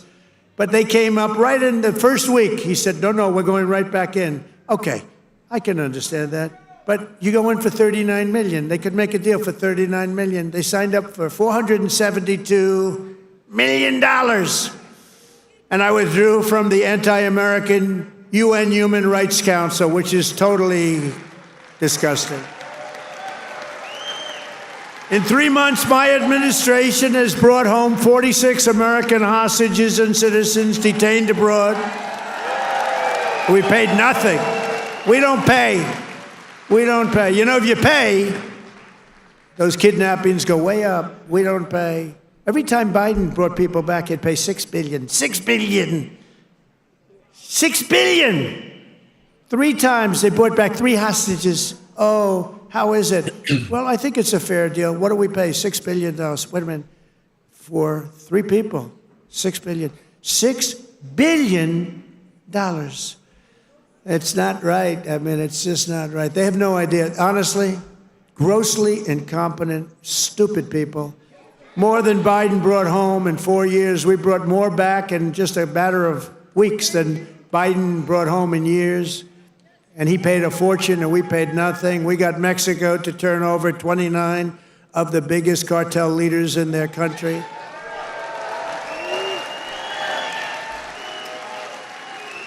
And we're charging Mexico and Canada and China big tariffs because of the fact that they've allowed fentanyl to come in and poison our country. They're paying a lot of money for that. And because of that, you'll watch, it's going to stop. It's already slowing down.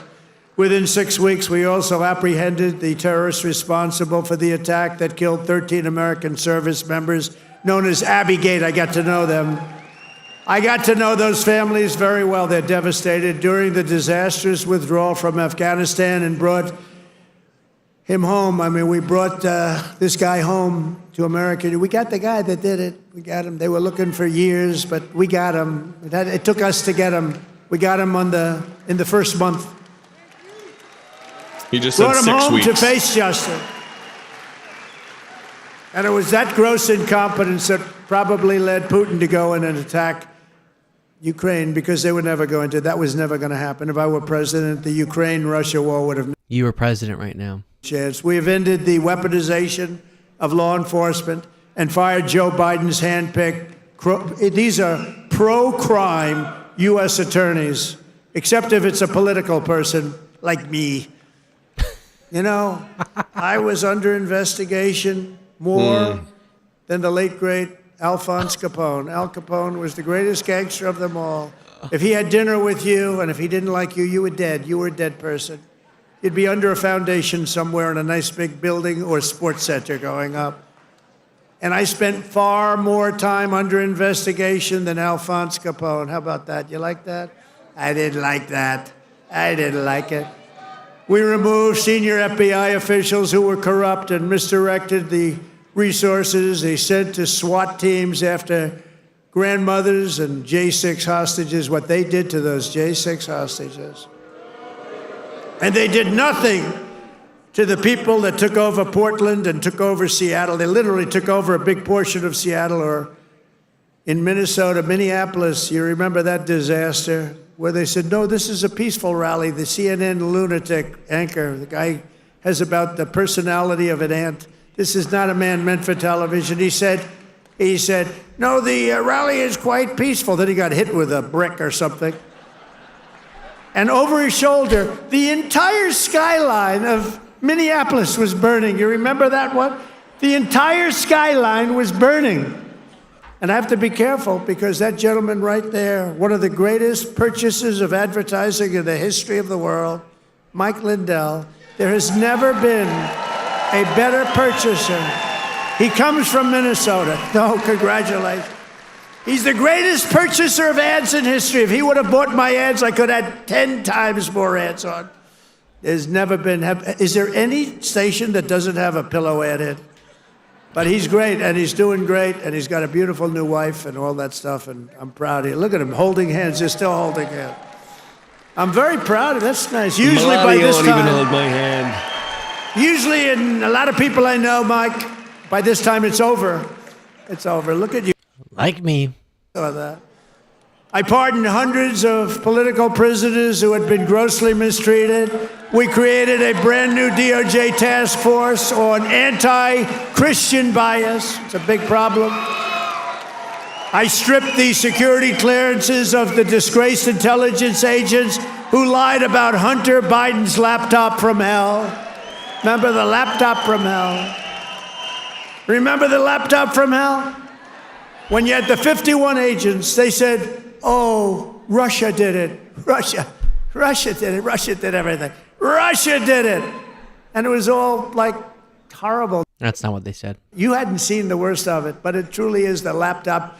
By the way, a very brilliant reporter for the New York Post wrote a book called The Laptop from Hell. You ought to read that book. It is really, it tells you the facts, okay?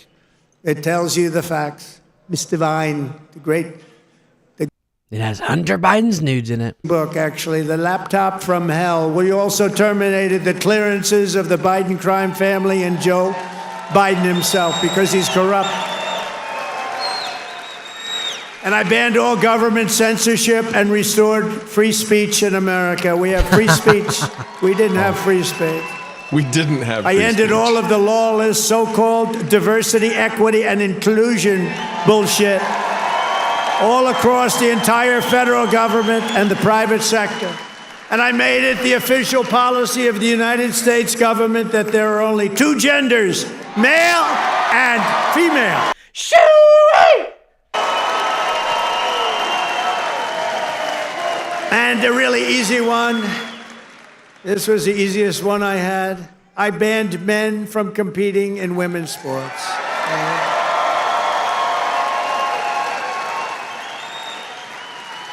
You know, they always say that's an 80-20 issue. No, it's about a 97-3 issue.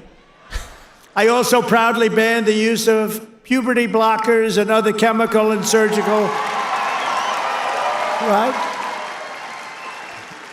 All these mutilations of our minor youth, I banned it all. I signed executive orders to abolish critical race theory and transgender insanity from our schools and from our military. We fired the woke boards of visitors at our military academies. We have great people running our military academies now. And I've directed the reinstatement of patriots expelled from our military by the Biden vaccine mandate with full back pay. After years of missed targets, our military suddenly has the best recruiting numbers in 30 years. Every branch is setting records. Don't think of that. 6 months ago, you and I were reading that nobody wanted to join the military, right? Now, we've just set a record of recruitment that's stuck. We have a waiting list of people that want to go into our military, and we have a waiting list, including for police and firefighters, because our country has spirit again. We have spirit. Our country has great spirit again. Last month, I signed a historic executive order to begin the process of eliminating the Federal Department of Education and send education back to Michigan. We're going to send it back to our states, right? We're going to send it back to our states to run. I mean, how the hell bad can we do? We're like in last place. If they do badly, you're going to do better. They're going to do great, though. I think they're going to do great. I'm very proud of it. Linda McMahon, by the way, is doing a phenomenal job. And I signed an order making English the official language of the United States of America. I ordered the release of all remaining files related to the assassinations of Presidents John F. Kennedy, Robert Kennedy, and Martin Luther King Jr., and they're all out there. Epstein? And I made myself very unpopular in Mexico by renaming the Gulf of Mexico the Gulf of America. And we are restoring the name of a great president, William McKinley, to Mount McKinley in Alaska. He's a very good president. And you Italians are going to love me because just yesterday I brought back Columbus Day in America, especially for Italian Americans who were so badly treated by its removal. I also signed an order to require proof of citizenship to vote in American elections. That was easy. And the Democrats fought me in that. Think of it. Why would they want no voter ID? Because they want to cheat. Why would they want to have no proof of citizenship? We don't want it. We trust everybody. No, they want to cheat. That's all they want to do. Think of that, no voter ID. In Michigan, you must never allow ranked choice voting to be here. Never. We've done this all in 14 weeks. That's remember that. 100 days. We've done all of the things that I named and a lot more. And we're counting, and it's going to be better. Wait till you see the results of some of the things that we're doing. In the coming weeks and months, we will pass the largest tax cuts in American history, and that will include for the rich, tax on tips, no tax on Social Security, no tax on overtime.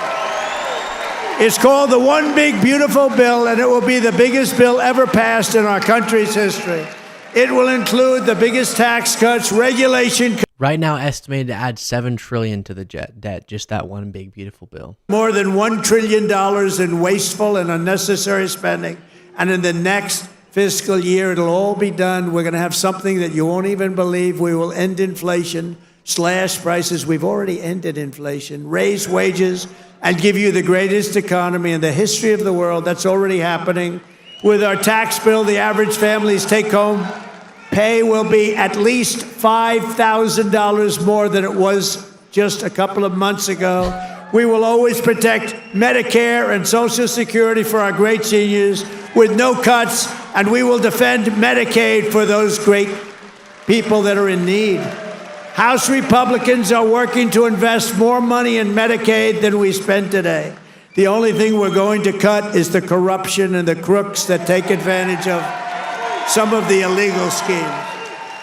So we want to preserve Medicaid for the most vulnerable, for our kids, pregnant women, the poor, and disabled Americans. We will fully and permanently secure our border. We will make the largest ever investment in U.S. military and build the Golden Dome missile defense shield. That's going to all protect us so we live a long and beautiful life. It's going to be made in Michigan, and it's going to be made right here in the USA. And 1 hour ago, I just made a speech at Selfridge Air Force Air National Guard Base, announcing that we are saving it, keeping it open, including thousands of jobs with the brand new state-of-the-art F-15s, which are coming to Selfridge. And we will crush violent crime and give our police the support, protection, resources, and respect they so dearly deserve. I will defend religious liberty, and I will defend the right to keep and bear arms. We will celebrate the 250th anniversary of America's founding in 2026, and we will teach our children to love our country, honor our history, and always respect our great American flag. And one day soon, American astronauts will plant the flag on the planet Mars. That's going to happen very soon. Every single day of my administration will continue to live by the motto, promises made, and you've seen it before, promises kept. From Marquette to Midland, from Mackinac to Saginaw, and from Lansing to right here in Macomb County, we stand on the shoulders of red-blooded Michigan patriots. What great people. I love you, Michigan. Who laid the railroads, worked the factories, tilled the field, forged the steel, fought the battles, and won the victories that built the Motor City and made this state into the pride of the America Midwest. And you know what? We're going to make it better than it ever was. It's already happening. You see what's happening. Michigan is the state that gave us the assembly line, Motown, Ford, General Motors, Chrysler, and put the world behind the wheel of an automobile. And under our leadership, we are making it greater every single day. And the automobile business in Michigan will soon, and it's going to happen really soon. It's already happening. They're signing left and right. because of my taxation and tariff policies, which are policies of common sense and genius, be bigger and stronger and better than ever before. It's going to get better than ever before, and it won't even be close. Companies will be pouring back into Michigan. It was hardworking patriots like you who built this country. And on November 5th, 2024, it was hardworking patriots like you who saved our country. So thanks to your help, your love, and your support, after 100 days back in the White House, America is a free, proud, and sovereign nation once more, and our magnificent destiny is closer than ever before. It's closer than ever before. You have no idea how close it is. Our golden age has only just begun. We are one people, one family, and one glorious nation under God. We will never give in. We will never give up. We will never back down. We will never, ever surrender. We will fight, fight, fight, and we will win, win, win. Together, we will make America powerful again. We will make America wealthy again. We will make America healthy again. We will make America strong again. We will make America proud again. We will make America safe again.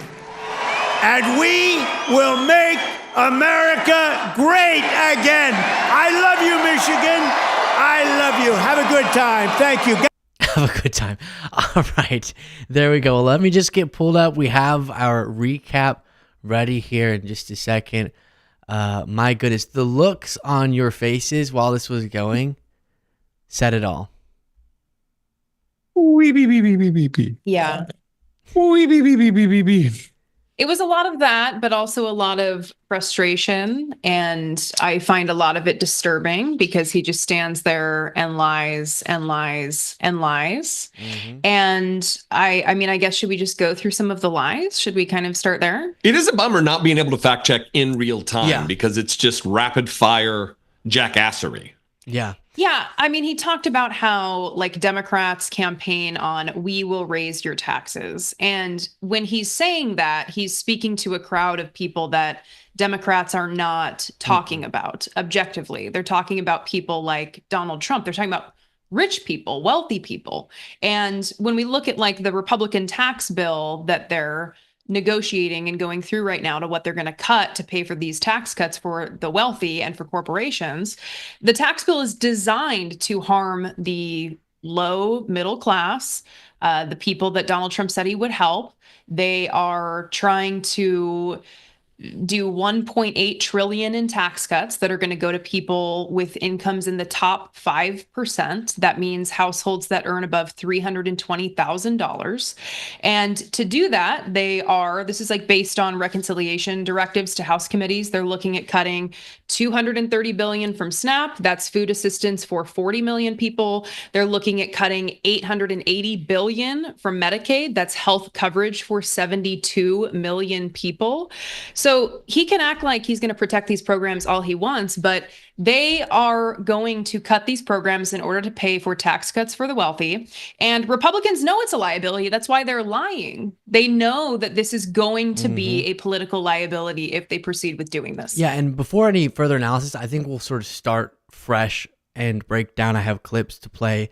And so any of the notes you took just sort of filter throughout this, because I think it'd be nice to splice this into a segment to keep for afterwards. Donald Trump just wrapped up his first 100 days in office speech. And as you can imagine, he went through the greatest hits, went after his political opponents, bragged about things he shouldn't be bragging about, gaslit on things he shouldn't be gaslighting on.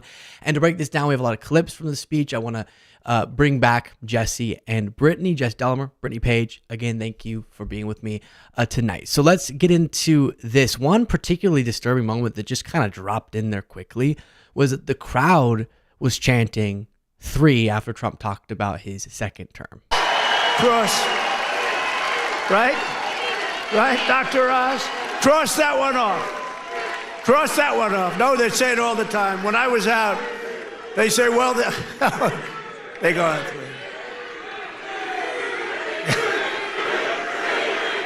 So they're chanting 3 there, and then he brought someone on stage who said, "What do we think about Trump 2028?" He's the most beautiful.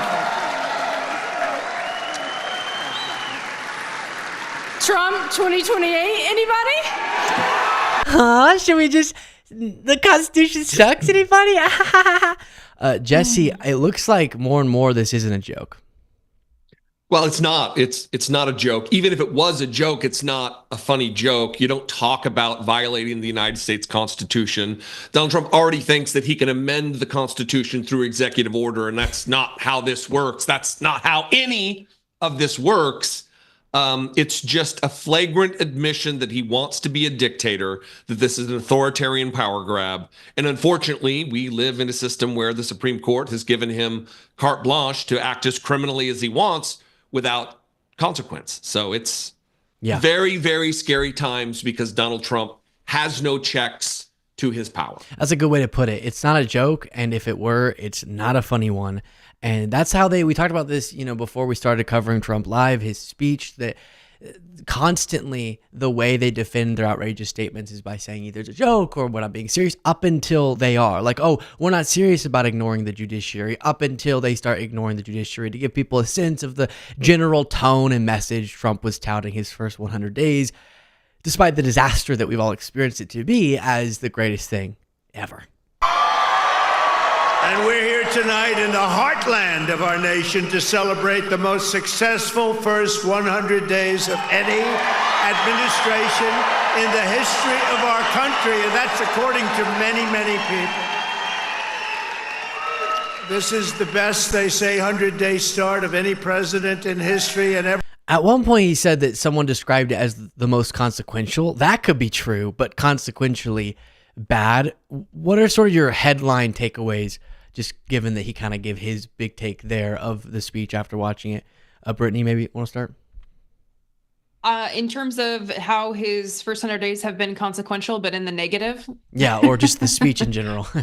Yeah, I mean, it was filled with lies. It was filled with disturbing statements. It was filled with racism, all of the things that we've come to expect from Donald Trump. But you're right in that him saying that some people are calling his first 100 days the most consequential, but in a bad way, because we're talking about defunding essential programs, essential vaccine programs, essential health research. We're talking about billion-dollar cuts to federal food aid that are sending charitable organizations into a panic of how they're going to feed seniors, how they're going to feed children. He's making cuts to Meals on Wheels. I mean, the programs that they're going after are the programs that help the people that Donald Trump claimed that he would help, the lower to middle income, working poor.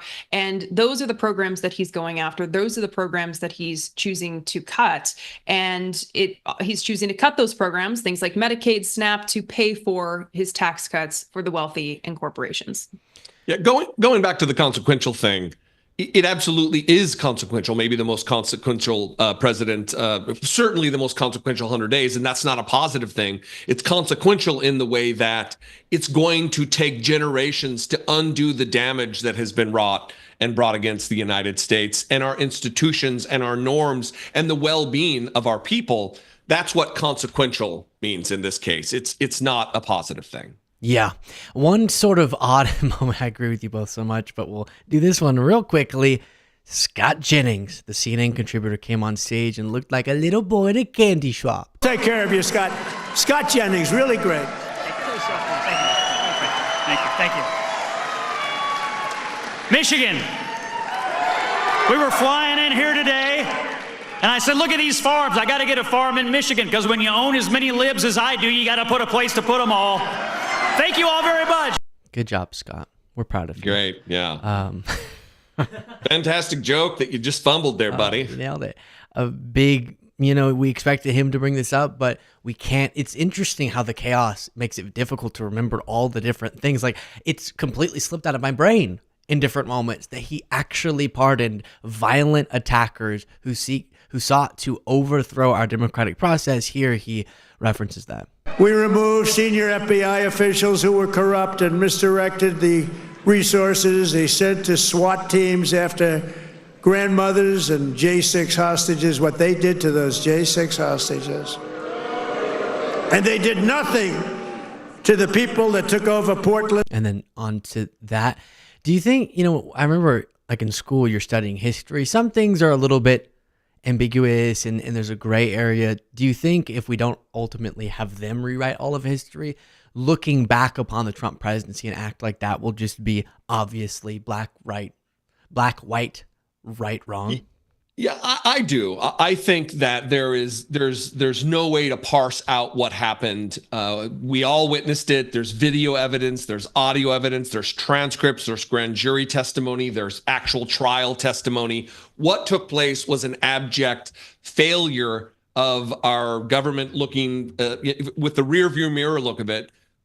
But from a historical perspective, there's no other way to look at it other than a wild attempt to overthrow the United States government by way of overturning a free, fair, settled American election. These people will go down in history as traitors, just like Donald Trump will. Yeah. Here is Trump concerned about the water.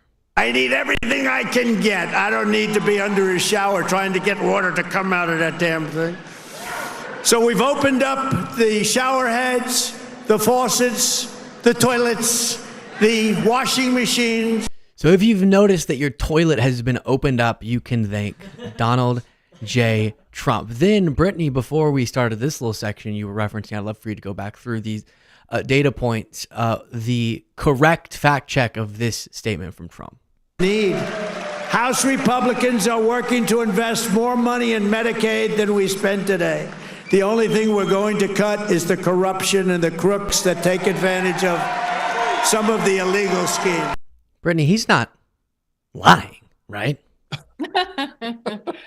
It's shocking, but yeah, he's lying again. And that's because the tax cuts that they want to give, the Republicans want to give to the wealthy and corporations, they cost money. And so when they're looking at the $1.8 trillion in tax cuts that they want to give to people that have incomes in the top 5%, so this is households with incomes above $320,000, 1.8 trillion in tax cuts, they need to pay for that somehow. And so what they're looking at, these numbers are based on reconciliation directives to House committees, according to the Center on Budget and Policy Priorities. 230 billion cuts from SNAP, that is food assistance for 40 million people. They're looking at $880 billion in cuts to Medicaid, that is health coverage for 72 million people. So while Donald Trump stands there and lies about what Republicans plan to do with Medicaid, they're lying because they know that there are going to be political consequences for making those cuts to things like food stamps and Medicaid. And that's why it's so important for people to pick up the phone and put pressure on their elected officials, because there should be political consequences to this. Republicans know there will be, and it is not popular that they are planning to cut these programs. And everybody needs to put this number in their phone. It's 202-224-3121. That's the Capitol switchboard. It's not a difficult thing to call your congressperson. You call, you can just tell them your zip code and they can connect you through to where you are, your area code or your zip. They'll know. And you can tell them exactly the way you want them to vote. It's not a debate on the phone. You just lodge your recommendation, your desire, and then you can get off the phone. Yeah. And interestingly, off the bat, there was more acceptance or maybe transparency, not really, but a little bit from Republicans about those cuts. And then the Bernie rallies, the AOC rallies, people calling in, the public outcry has made them, to the points both of you have been making, back off of that in their messaging. Now, it's still clearly an objective, and we can't allow their messaging to mislead people on that, but it does matter. Your voice does matter. Here's Trump saying, and I banned all government censorship and restored free speech in America. We have free speech. We didn't have free speech.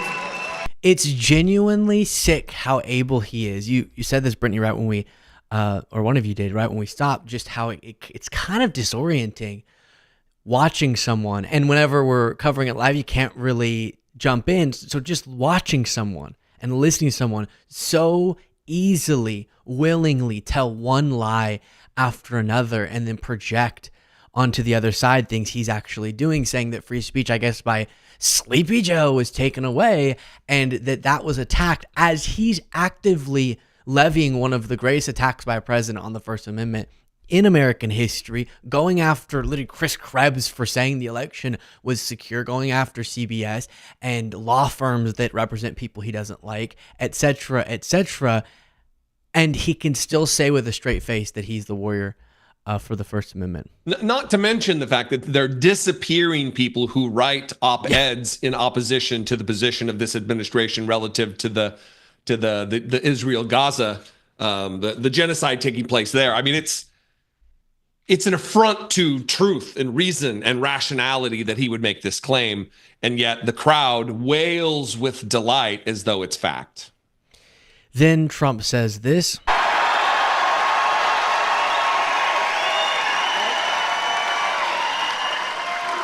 After a lifetime of unelected bureaucrats stealing your paychecks, attacking your values, and trampling your freedoms, we are stopping their gravy train, ending their power trip, and telling thousands of corrupt, incompetent, and unnecessary deep state bureaucrats, you're fired. Get the hell out of here. You're fired. Get out of here.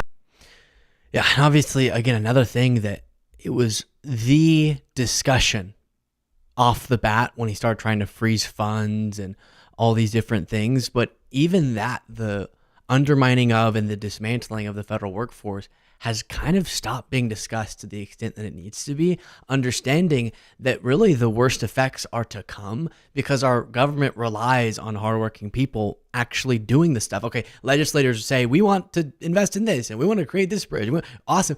And then it takes people to do all of those things and to run Medicaid and to run the Social Security Administration, which is being gutted, the functioning of it and the staffing of it, and then the VA. It goes on and on. And that's one of those things that may not make it into the headlines every single day, but is going to be felt every single day, increasingly worse. Absolutely, because they're setting up those government agencies to fail. They are making those cuts so that people become frustrated with government, so that people feel like government doesn't work. And then it just becomes this self-reinforced cycle. And that's what they are depending on. They want people to turn on the government, to think that they came in, they saved, they got rid of these people who didn't do anything, when really they got in there, they broke everything, and they're making it so these government agencies are not as useful as they should be and as they were.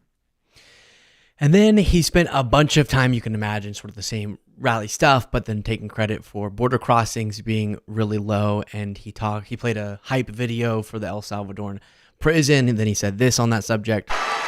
And the worst of the worst are being sent to a no-nonsense prison in El Salvador. Why don't you? Of course, without due process, so we don't know if they are the worst of the worst. Let's see here. Let's just too many clips. I'm falling over clips. He did go after AOC. Party. They have no candidates. And you know, when they say that Bernie's probably the best they have. By the way, he's about 7 years older than me, more, 8 years older. One thing I got to give him credit, he's a lunatic, but he's still pretty sharp. And he's going around with AOC +3. You know, the +3 follow him. They hang on for little bits. They hang on for nuggets. And they get crowds. They say, oh, our crowds are so much bigger than their crowds. Their crowds are small. If I ever had a crowd like their biggest crowd, they'd say it's over for Trump. I think it's interesting that I saw AOC respond to that with something like, tell me that we're in his head without telling me that we're in his head. No kidding. And he couldn't help but blurt out. One of my takeaways too was, so you sort of have the general greatest hits or the worst hits of, Alphon Capone or whatever. I said that wrong, but you know what I'm saying. He would kill you, and I got indicted more than him, and windmills and water faucets, and I'm doing great on the border, and all those things. And then there was also a little bit of oozing of insecurity. I think you said it when he was initially coming out. Of when he comes out, there is this. He's always had it where he can't really help but indicate his own insecurities. So you can tell he is worried about the fact that they're holding huge rallies. That's the only time he ever criticizes the rallies of someone, like he did with Kamala Harris when she was having big rallies, is when he's intimidated by them. More generally, do you think despite the, oh, that's so ridiculous, we don't, AOC and Bernie, so ridiculous. Do you think a lot of Republicans are starting to get a sense that maybe there's something real there with the motivation behind those rallies? I mean, I think it's why they spend so much time attacking AOC, but their message is really inconsistent. They claim to be for the working class, but then they will attack her for having been a bartender, or attack her because she was a bartender, that means she's stupid, because apparently if you work a service job, you are stupid. So they give very inconsistent messaging to their base. But yeah, I think they're very threatened by AOC, by Bernie. I think that the success of their rallies, of the Fight Oligarchy tour, the number of people that are coming out, they're delivering something that the Democrats are looking for right now. They are looking to people in power to say, where are we going? What is the direction we're taking this? How are we going to fight back? And when you have people like Chuck Schumer who are not stepping up, who are not meeting the moment, you have people like AOC and Bernie who are stepping up and meeting the moment. And you can tell that Donald Trump feels threatened because he still keeps going back and talking about Biden. You know, it's like, you won. You don't need to keep talking about Biden. He keeps bringing up the auto pen, for example, right? Just one, you said, I just really didn't sit right with me. You said that Chuck Schumer wasn't meeting the moment, but you may not have heard he sent a really strongly written letter. Oh, so glad that was the take. Yeah. I love that clip. Oh, we sent a very strong letter. Very powerful. So powerful. Trump language. All you do, you're talking. It's all about messaging, not about actually doing something. Maybe he will be Trump's new pen pal instead of Kim Jong-un. They'll write each other beautiful letters. I called him Rocket Man. He has a big rocket. Here's Trump again with the insecurity, saying the polls that show he's wildly unpopular are fake. My solemn duty as commander-in-chief, I have an obligation to do it. Save our country. And that's why we got, despite the fake polls, you know, they do these polls where they interview far more Democrats than Republicans. I saw them over the last few days, and I had them checked out. They interview far more Democrats. All right, so you get the gist on that. He is, again, with the fake polls. They're always fake polls. When it shows that he came in office and all of his approvals just started plummeting. It is sad, as I've said many times, that it took people seeing what he was saying he was going to do for them to believe that he was going to do the things he was saying he was going to do. And now they don't like it, and we told them they were going to like it, but they don't listen to us. Jesse and Brittany, any closing thoughts? No, listen, this has been fun. I mean, watching him was not fun. That was a miserable time. But, you know, joining one with another here with this good group of people is, it's always nice to see you. Yeah, it's always fun to be with Luke. Thank you. All right, everyone subscribe to this channel you're watching on. That may be Jesse's or mine, Jesse Dollemore, Luke Beasley, and then Brittany Page. Search for her channel as well and subscribe to that. Thank you all so much. Thanks, Luke. Thank you.